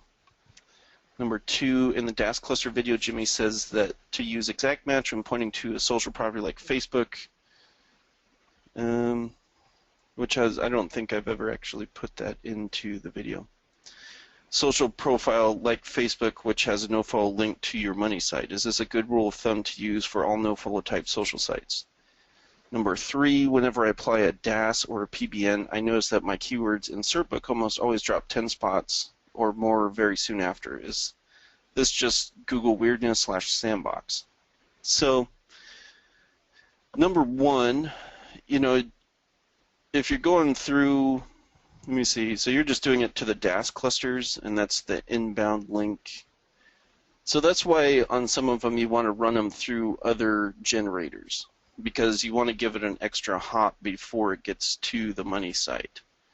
So, and I think we did something on Delicious like that in the train. Was that in the, crap, that was the Network Empire version. Yeah. So I would just make sure that you're varying up your feeds. I mean, more times than not, if it's from a high DA site, you're going to be fine. Like feeds are a natural thing in the web. So you shouldn't have to worry too much. I would just worry if you're trying to go and syndicate those feeds out onto very low DA crappy sites. So I would just keep that in mind. The other thing you want to be careful of is because if it is linking to the money site with just the title, if you go and backlink that feed URL, you want to be cautious of the types of links that you send to that feed. So for instance, if it's very specific, like let's say we're doing like, I don't know, like San Francisco SEO or something like that as the title, you want to go more broad if you're going to boost that page, not the page, the RSS feed URL. Let's say you're going to hit that with backlinks. You want to go more broad with your keyword terms, or straight up URL or branded for your anchor text to that page. You don't want to keyword string all the way down to the money site. You need to vary it up throughout each level. You can point, if you have a nofollow pointing to your money site, it's not going to hurt your site. You can't do anything to it that's going to penalize the money site, because a nofollow link is basically a get out of jail free card. It's saying don't penalize me, don't penalize the site that's linking to me. You're not technically breaking Google's terms of service when you use anything nofollow. So that's why you can basically do anything you want with a nofollow. When I apply DAS or PBN, so typically when you do links, I mean, you'll notice a little bit of a drop, but over time it'll kick back up as you build. So a lot of times Google sees power or sees a link going to a site, and it'll drop it a little bit, and it's going to see what you're going to do with it. So the key is just to stay, slow and steady and stay the course. The only time you want to really freak out is if you see something that drops like 8 pages and then never, if you see it not come up within 2 weeks, then you've done something wrong. You just got spanked. Oh, no, you didn't. So let's see. This is from Andy. In the One Feed Supercharger video series, you speak about creating a blend of feeds from one feed and submitting it to a site such as FeedBurner. If you're doing this for a client, would you be putting it through your own FeedBurner account, which is tied to your Google account, or theirs, or set up another account? Thanks. If I was doing it, I usually do on a separate account or one that the person I'm doing the work for owns, because, with that kind of stuff, I try to let any kind of client work that I've ever done, I try to let them try to keep as much as the work that I've done. So I'll send them logins and things like that, unless they screwed me on the payment, and then all bets are off. That's exactly what I was going to say. Typically, if they play nice, then I will play nice and help pass on that information over to them if they wanted to end the contract for some reason. So I would always either do a new account or utilize one of theirs, but typically I just do a different account on my own and just give it to the client, so that way they're not worried about you having their logins, and you don't have to wait for them to send in the logins and yada yada yada. So line 33, in the DAS stacking method, Jimmy creates a cluster for a website, be it your own or a client. My question is, if you then create a new cluster about for the website around a new theme, you're using new Blogger and Weebly accounts, ones that would not have any relationship to the first cluster. I try to switch. Well, I mean, if you're doing a brand new site and it's not tied to the other one, I mean, I don't worry about it. But however, if it's going to the same money site, you want to pick new properties for each of your clusters. I mean, you want to try and diversify your IPs coming in and give it variety of backlinks that are inbound. So it's just better to pick different types of sites with each cluster that you do. So, variety is the garden of life or something like that, I think is what they say. You just made that up. Okay, so let me see. Now I answered that one. Can I use a description in an uploaded YouTube blog post to activate social explosion? That's a good question. I'm going to pass that to you, Sue. Oh, shoot. I was doing something else. Let me read it. Can I use the description in an uploaded YouTube blog post to activate social explosion? The description. Uploaded YouTube blog post. I have no idea what that means. If you put your YouTube feed through Social Explosion, it will use the description, it'll use the content of the description, if that's what you're asking. Otherwise, I don't know what you mean. If you're on Patrick, please elaborate.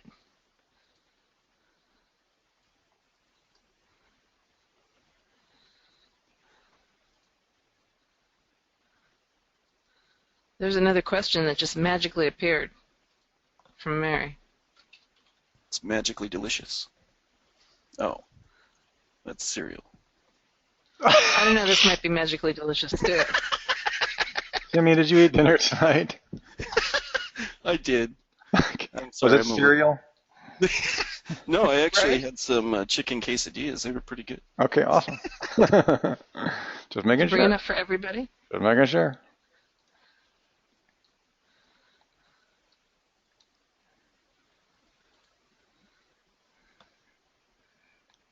Don't stop reading, just because I'm copying and pasting. Oh, I'm sorry. I have to. Okay. Okay. So, hello. I have a potential client that I am about to quote work that will involve using DWS and Kraken. I have no idea what to quote because they have several business categories under one roof. They are a printer. They do customer communications management, fulfillment, and mailing, trade show marketing, and digital media production. Sounds like they have a loss of virgin. No, I'm just kidding. Their competitors are both Fortune 500 companies and local niche players. They want to rank for national terms with some of the product lines, have good local volume. My questions are, how do you know how many silos might be in these niches without running the drills?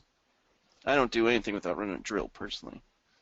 You know, you can always take a best guess, but, I mean, I would seriously bust out Kraken. Sell it. Sell it, buddy. Yeah. Number 2, how do you know when to recommend more than one website or main site plus subdomains? Well, it depends on how good their brand is. So I would take a look at, you know, how much traffic are they getting, how well widespread is their brand, and that kind of helps me to decide if I'm going to go subdomain route or if I'm going to go and break it up into different domains. I certainly prefer doing subdomains because that also can help maintain the brand and also help you theme out each part of what their brand's about, and also building DA at the same time, since you know you'll be doing SEO down the road. So, you know, whenever in doubt, I try to keep the subdomains.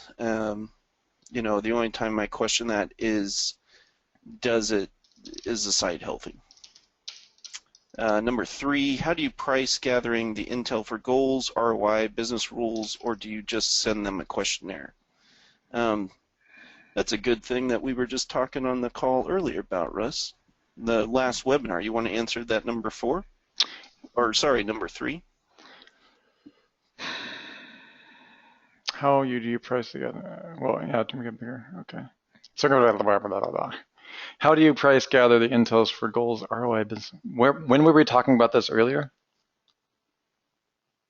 Saying with trying to get people going on their keywords and making sure they have a plan. What are their goals for their business? Oh yeah, this is the earlier webinar today. Sorry, the webinars all blur together. I know. Okay. Yes. Here's the challenge that you have with pricing. I'm just going to say it here. Almost everybody that we know in the industry is dealing with clients wrong. No, I'm not going to say that. It depends on what you're selling and how you're selling it, and that opens up a can of worms that I'm happy to get into. It's just not on the Director's Cut or Project B webinar, because if you're selling SEO directly, there's one way to do that, and there's nothing wrong with that. Please, you guys understand that I'm not saying there's anything wrong with how you're pricing. But if you're going to get into questions like how do you get paid and manage expectations and turn people off when they don't pay you, quite literally just turn off the, don't ever want to be in a position where you've done the work and you don't get paid after you did it and there's no way to turn it off. I mean, anybody who's doing that is a neophyte. You're just starting out. There's nothing wrong with that, okay? But we are here to protect you, and we're here to make sure that you start creating pricing structures and systems, regardless of what you're doing, where you either get paid up front, where you don't do any work without making sure that you've been paid, or you can turn it off when the work's done, okay? So to answer that question more succinctly, you're going to need to be talking to your client about what their long-term goals, and you're going to want to manage their expectations up front. And please remember that a lot of clients you will get, and you guys, I'll ask you here in a second, you can give me one if you've had clients like this. Is this a client that you know about? Hi, please build me a website. I want to rank for all of these keywords. And when it's ranked and I'm making money, I'll give you a piece of my business. Give me a one if you've ever had clients that have done that for you. Okay, wow, there's a wall of ones going up. Okay, have you guys ever had you've had people say, they're almost acting like the people, the contestants on Shark Tank. Anybody seen Shark Tank? Any of you guys ever watched Shark Tank? One of our clients was a Shark Tank contestant. Yeah, okay, so can I give you guys the difference between, if you ever have a client that is treating you like you're one of the sharks in Shark Tank, and they're trying to pitch you on their product or service, and in the process of trying to do that, they're basically trying to get free stuff or pay as little as possible, just run. Stop it. Don't even engage. Yeah, Jazz says run screaming into the night, I might add.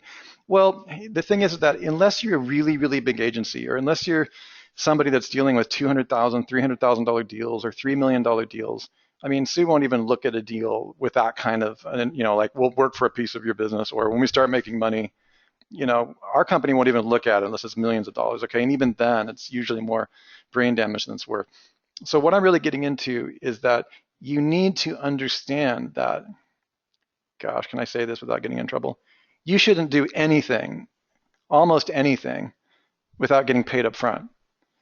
Okay, so this is what I'm really getting at here, is that if you're going to provide digital marketing reports, for example, using things like Kraken and TLKT, we have customers using our products, just the Kraken report, they're selling between $2,000 and $6,000 up front before they ever do any SEO work. And if you guys haven't got your SEO and or digital marketing business streamlined to the point where you're just making cash before you've even done any hard work, then there's probably something wrong with the way that not wrong. There's probably something suboptimal. That's a more ambiguous word. With the way that you've set up your cash revenue system and the way that you've welded your clients to your hip. And the challenge is that when you have your pricing structure, if you're just schlepping rankings, okay, if you're just selling rankings, then there really isn't, because that all depends on your costs. So if you're providing a product, you've really got to determine what those costs are. If they start getting into things like return on investment and I'll pay you more when I start making more money, generally that sounds like you're probably what we call a pay for performance business. And if those of you who know pay for performance business, that means that you only get paid when you perform. Now there are some people, some organizations and some institutions that are really, really good at doing that. But that's not necessarily something that I would recommend. Mary's actually talking about the data that you need for DWS to get the keyword decision screen information.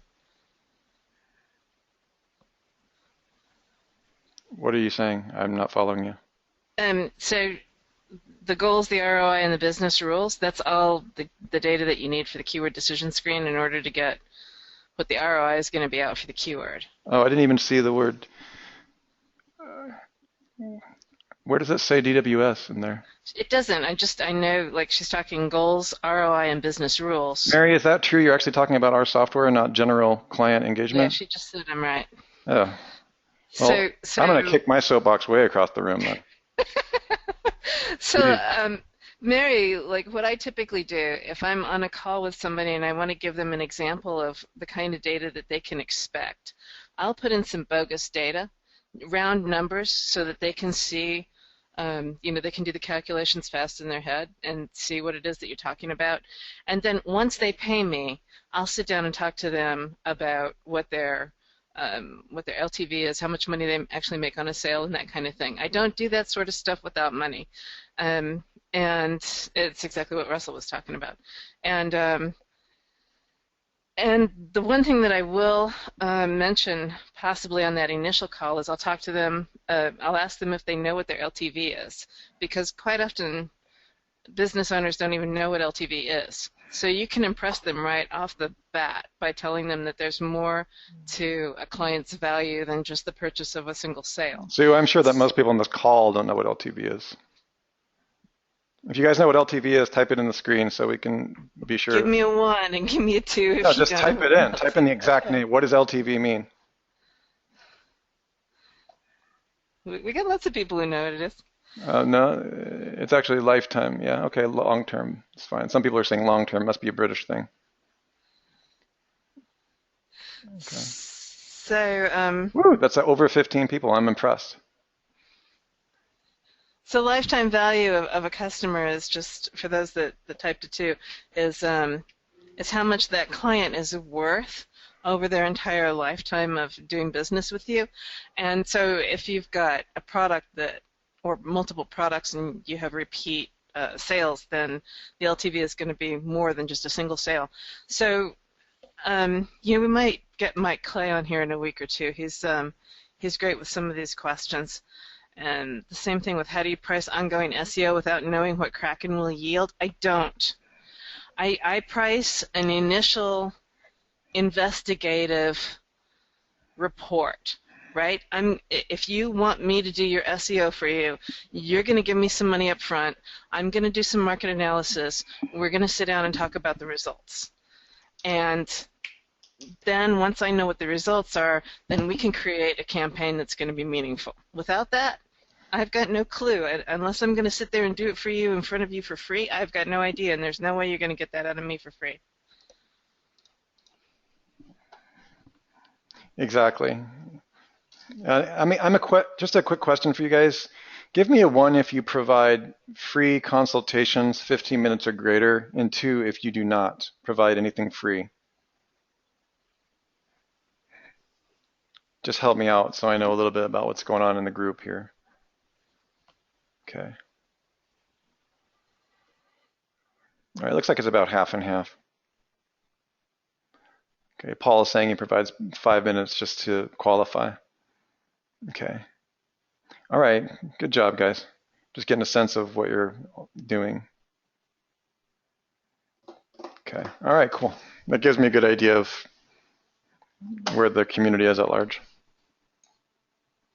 Should we move on to the next question, or? I think so. The next 2 from Dawn, I think, are for Sue. Well, she would be the best one to answer. There's an Octavio question there. I didn't see that one. I'm chewing my eyes. I'm sorry, guys. I was muted before, honest. Let's take a look. Seeing if he messed up a gas stack or not. Ooh, let's see. So that's around. So that would have been around. So, we had mobile Geddon. Ooh, that came out.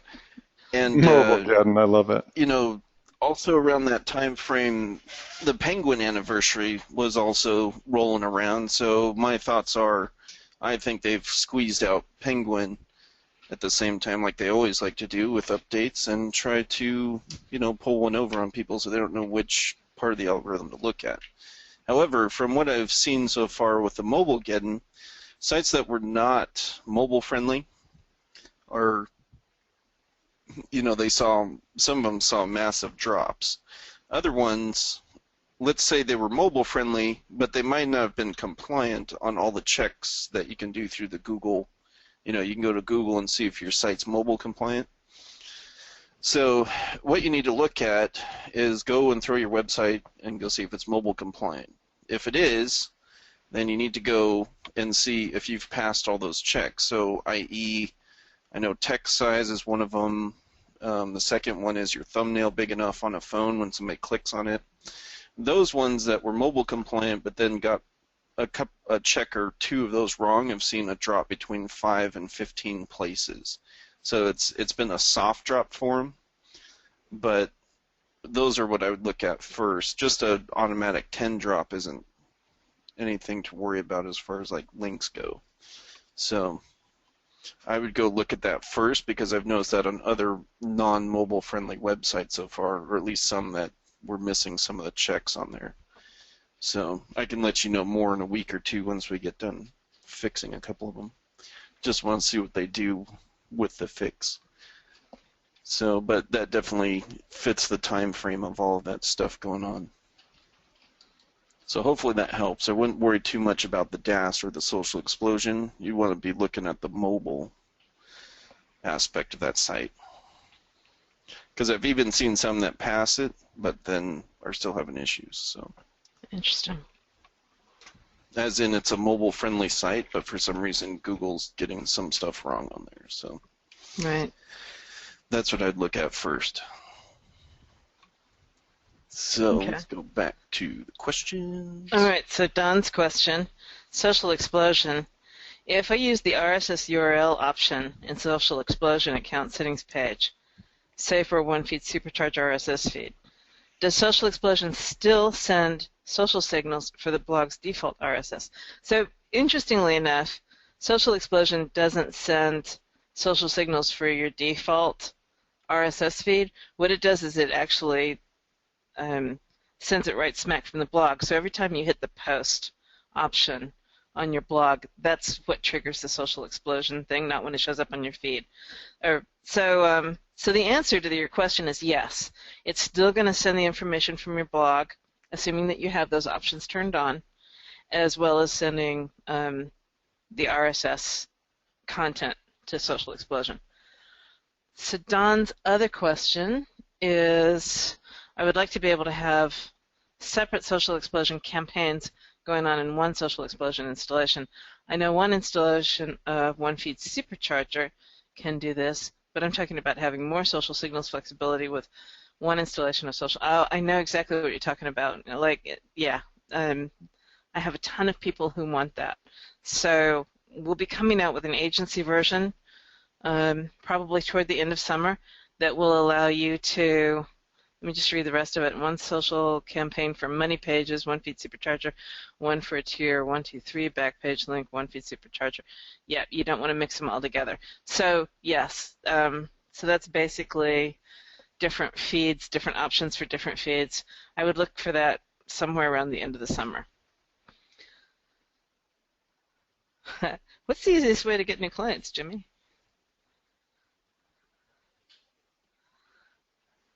Well, haven't really had to chase clients too often. I guess I'm out of the mix as far as what traditional people have to do. Usually I just have people that come to me now. It's not a matter of me chasing after them. They just come. Hey, guys, give me a 1 if you would be interested in our having a special guest speaker come in to talk to you about ways that you could get new clients. And a 2 if that would just bore you to tears. There's a wall of ones flying by so fast that it's like a mile Except of ones. Jazz is trying to turn away clients. Jazz, you should sell them to other people here. All right. All right, good. We'll have a special guest star somewhere in the next couple of weeks who will help you out with ideas there. Oh, now I got her thinking this is going to be dangerous. Norman, where is the best place to learn about siloing? How would you silo a local SEO agency website? Oh, so let me start you with the beginning concept of siloing, Norman. You want to start with your products and services. So in other words, if you're an SEO agency and you do not offer web design should not be a silo on your website. Okay? So you want to look at the products and services that you offer. You want to look at the pain that those products and services solve. And those are the concepts that you want to make your silos out of. So the more pain, the more people are going to want your product. So if you can do a nice job of combining your pains and solutions and all of that together, then you've got a kick-ass website. So I think we have a free section in our members area. 2 shakes of a lamb's tail. Let me just go. We just redid our members area, and I found all this stuff. Let me just take a quick look here for a second.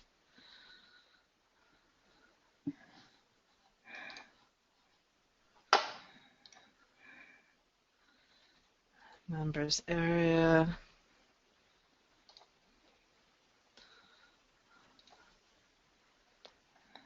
All right, so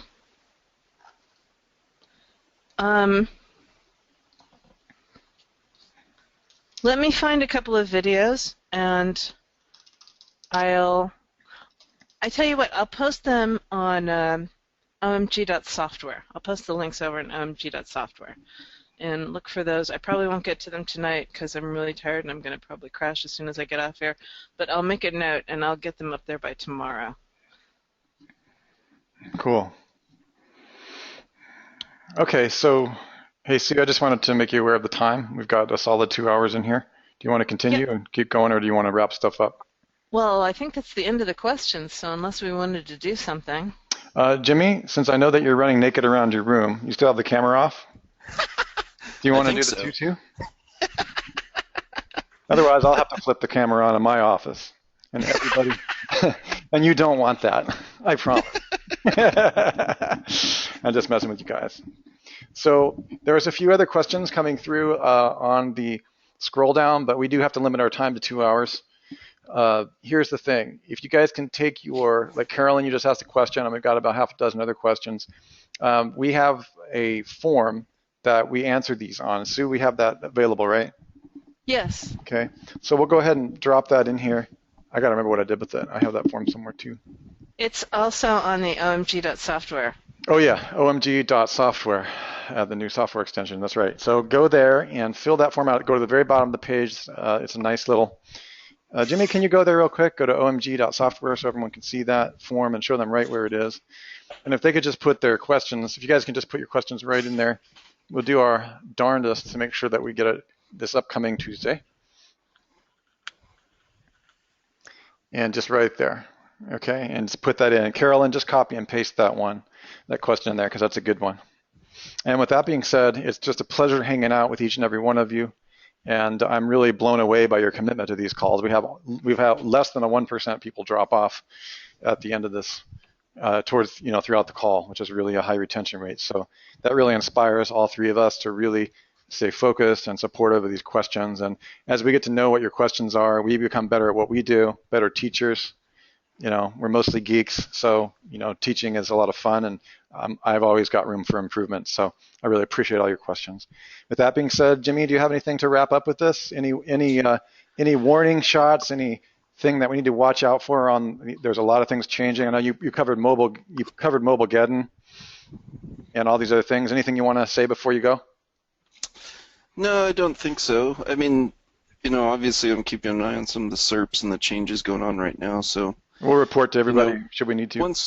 I need time to decipher which is which in the, I hate when they roll up Penguin and Panda together. It's just a pain in the butt. Okay, well that's new. So they're pulling it out together, and we'll keep an eye on that for you guys and report back to Jimmy when Jimmy's ready too. So do you have anything to wrap up? Any words of wisdom? Any whip cracking? Anything you want people to be on their minds, be thinking about as a business leader? I know you've taught me a lot about business. You've taken me from, measly distractions to, 6 and 7 figures that we're doing now. So you have something to say on that front, inspiration? Something that scares you every single day. That's a really super important point. Did you guys get that? Did you hear what she was saying? She actually does it. Turn on the camera? No, don't turn on the camera for me. That would scare you. Dude, turn on your camera. That'll scare you. Okay. But did you guys hear that for real? She's kidding, but it's actually true. And she does that. I mean, she said, do something that scares you every day. Okay. I guess the word scare, challenge would be one thing, but she does things that downright scare her. So anything worth doing is worth doing to extreme excess. Yeah, and please don't take that to mean when you are, standing on the edge of a building like Limitless, and you fall off and break all of your bones in your body that we told you to do something like that, okay? So disclaimer. We're not. Yeah, I'm talking about something outside your comfort zone, right? Yeah. So like you said about being in business, right? So you are in business and you're making a particular amount of money. And you're doing what it is that you're comfortable doing. And if you want to jump to the next level in your business, you have to stretch beyond your comfort zone. You have to stretch beyond what it is that you're currently doing right now. Mm-hmm. And that either means, going out and talking to a client that you don't think you're ready to take on, or whatever, right? Yeah, something exactly. that you're not doing now, and it makes you stretch, and like that's actually the stuff that makes life fun. It really doing is. the same old, like that's like drinking warm tap water, right? Like it's the spice of life comes from facing your challenges and conquering them. Exactly. And getting the rewards that come out of that. And if you think about that, that's 10 years ago. That's actually how I met Sue. Is I had taken on a client that was way too big. One of the things that the details of what she's talking about are sometimes missed. It's because Biz Filings, which I'm sure you guys are familiar with, my first client ever in the early 2000s. It was because I bit off just a little bit more than I was comfortable with, a little bit more than I can chew, actually a lot. This is, we had 5 million keywords or something. That's actually how I ended up having conversations with Sue and meeting her and coming, you tend to attract a team that's ambitious when you yourself are just slightly more ambitious than you're comfortable doing. And sometimes really a lot more ambitious than you're comfortable doing. So that's just an example of, how personal challenges can lead to really practical things. But again, you have to know what to look for. So I want to keep that, as just a little bit of wisdom. I'm not talking down to you guys or even trying to coach you. I'm just saying these are important things. And to close, I would add my personal favorite. My philosophy is less but better. Okay, and if you're gonna, a lot of us, and that means all of us. I'm not talking down or lecturing. All of us need to get rid of something every day. Okay, so everybody on this call, I can tell by the amount of focus and discipline that you have the attention, you have the discipline, you have the interest, and you have the desire. That's really not enough. You also have to have the ability to let go of the things that don't matter and the wisdom to recognize that they don't matter. So if you want to increase your knowledge, you add something every day. If you want to increase your wisdom, you remove something every day. Take a look at your business. This is something we get into day one in our live certification event, and we're going to talk about it more and more. Take a look at your business. One advantage that I've had, and I've learned from Sue, and Jimmy has been doing this with us as well, and other team members, is you got to be willing to destroy your business every day. And that falls back into the comfort zone thing that Sue's talked about. It's kind of subtle. There's a subtle nuance that's hard to pinpoint unless you know her and how it operates, is that we look at our business at least every week and say, okay, what can we get rid of today? What can we get rid of this week? This is no longer serving us. How does this really work? This plan is not really working. And it's because everything is a laser pointer. Sue calls it the bright, shiny object syndrome. A significant amount of the lack of business success is not due to lack of desire, lack of intensity. It's really due, and it's not even really due to lack of focus, because there are a lot of laser pointers and distraction. It's actually also due to lack of focus combined with focusing on the wrong things. What's really, really weird, and you guys will find this out, is there's probably only about 2 or 3 things that you're doing right now every day that get money into your bank account, presuming that you're getting money in your bank account. Okay, and if you're not getting money in your bank account, you need to throw away quite a bit of the things that you're probably doing anyways. All right, so get rid of something every day. It's less but better. And never underestimate the unimportance of damn near everything that you're doing. Okay, just never underestimate that. So that's my word of wisdom for today. And this is something that I've learned by working with an awesome team, Sue Bell, Jimmy Kelley, everybody else on our team, Kelly Reynolds. I'd like to also mention Kevin Pauly, Matt DeCruz. We have a really kick-ass team, and all of us together have the courage to look at what we're doing, go for $1 billion, realize there's a ridiculous amount of money out there, and get rid of the things that are not doing anything, and never underestimating the unimportance of damn near everything. And that being said, as we move forward over the next few weeks, we're going to be sharing with you tips and techniques, including, as I shared with some of you, sell reports, up front, and these types of things that Sue was talking about. We'll bring these into your space, and you can decide how they might be effective for you. And we'll continue to move forward and giving you the best SEO and digital marketing tactics in the world. And we look forward to seeing you next Tuesday. Thank you so much, guys, and you have a great week. We'll see you on the inside.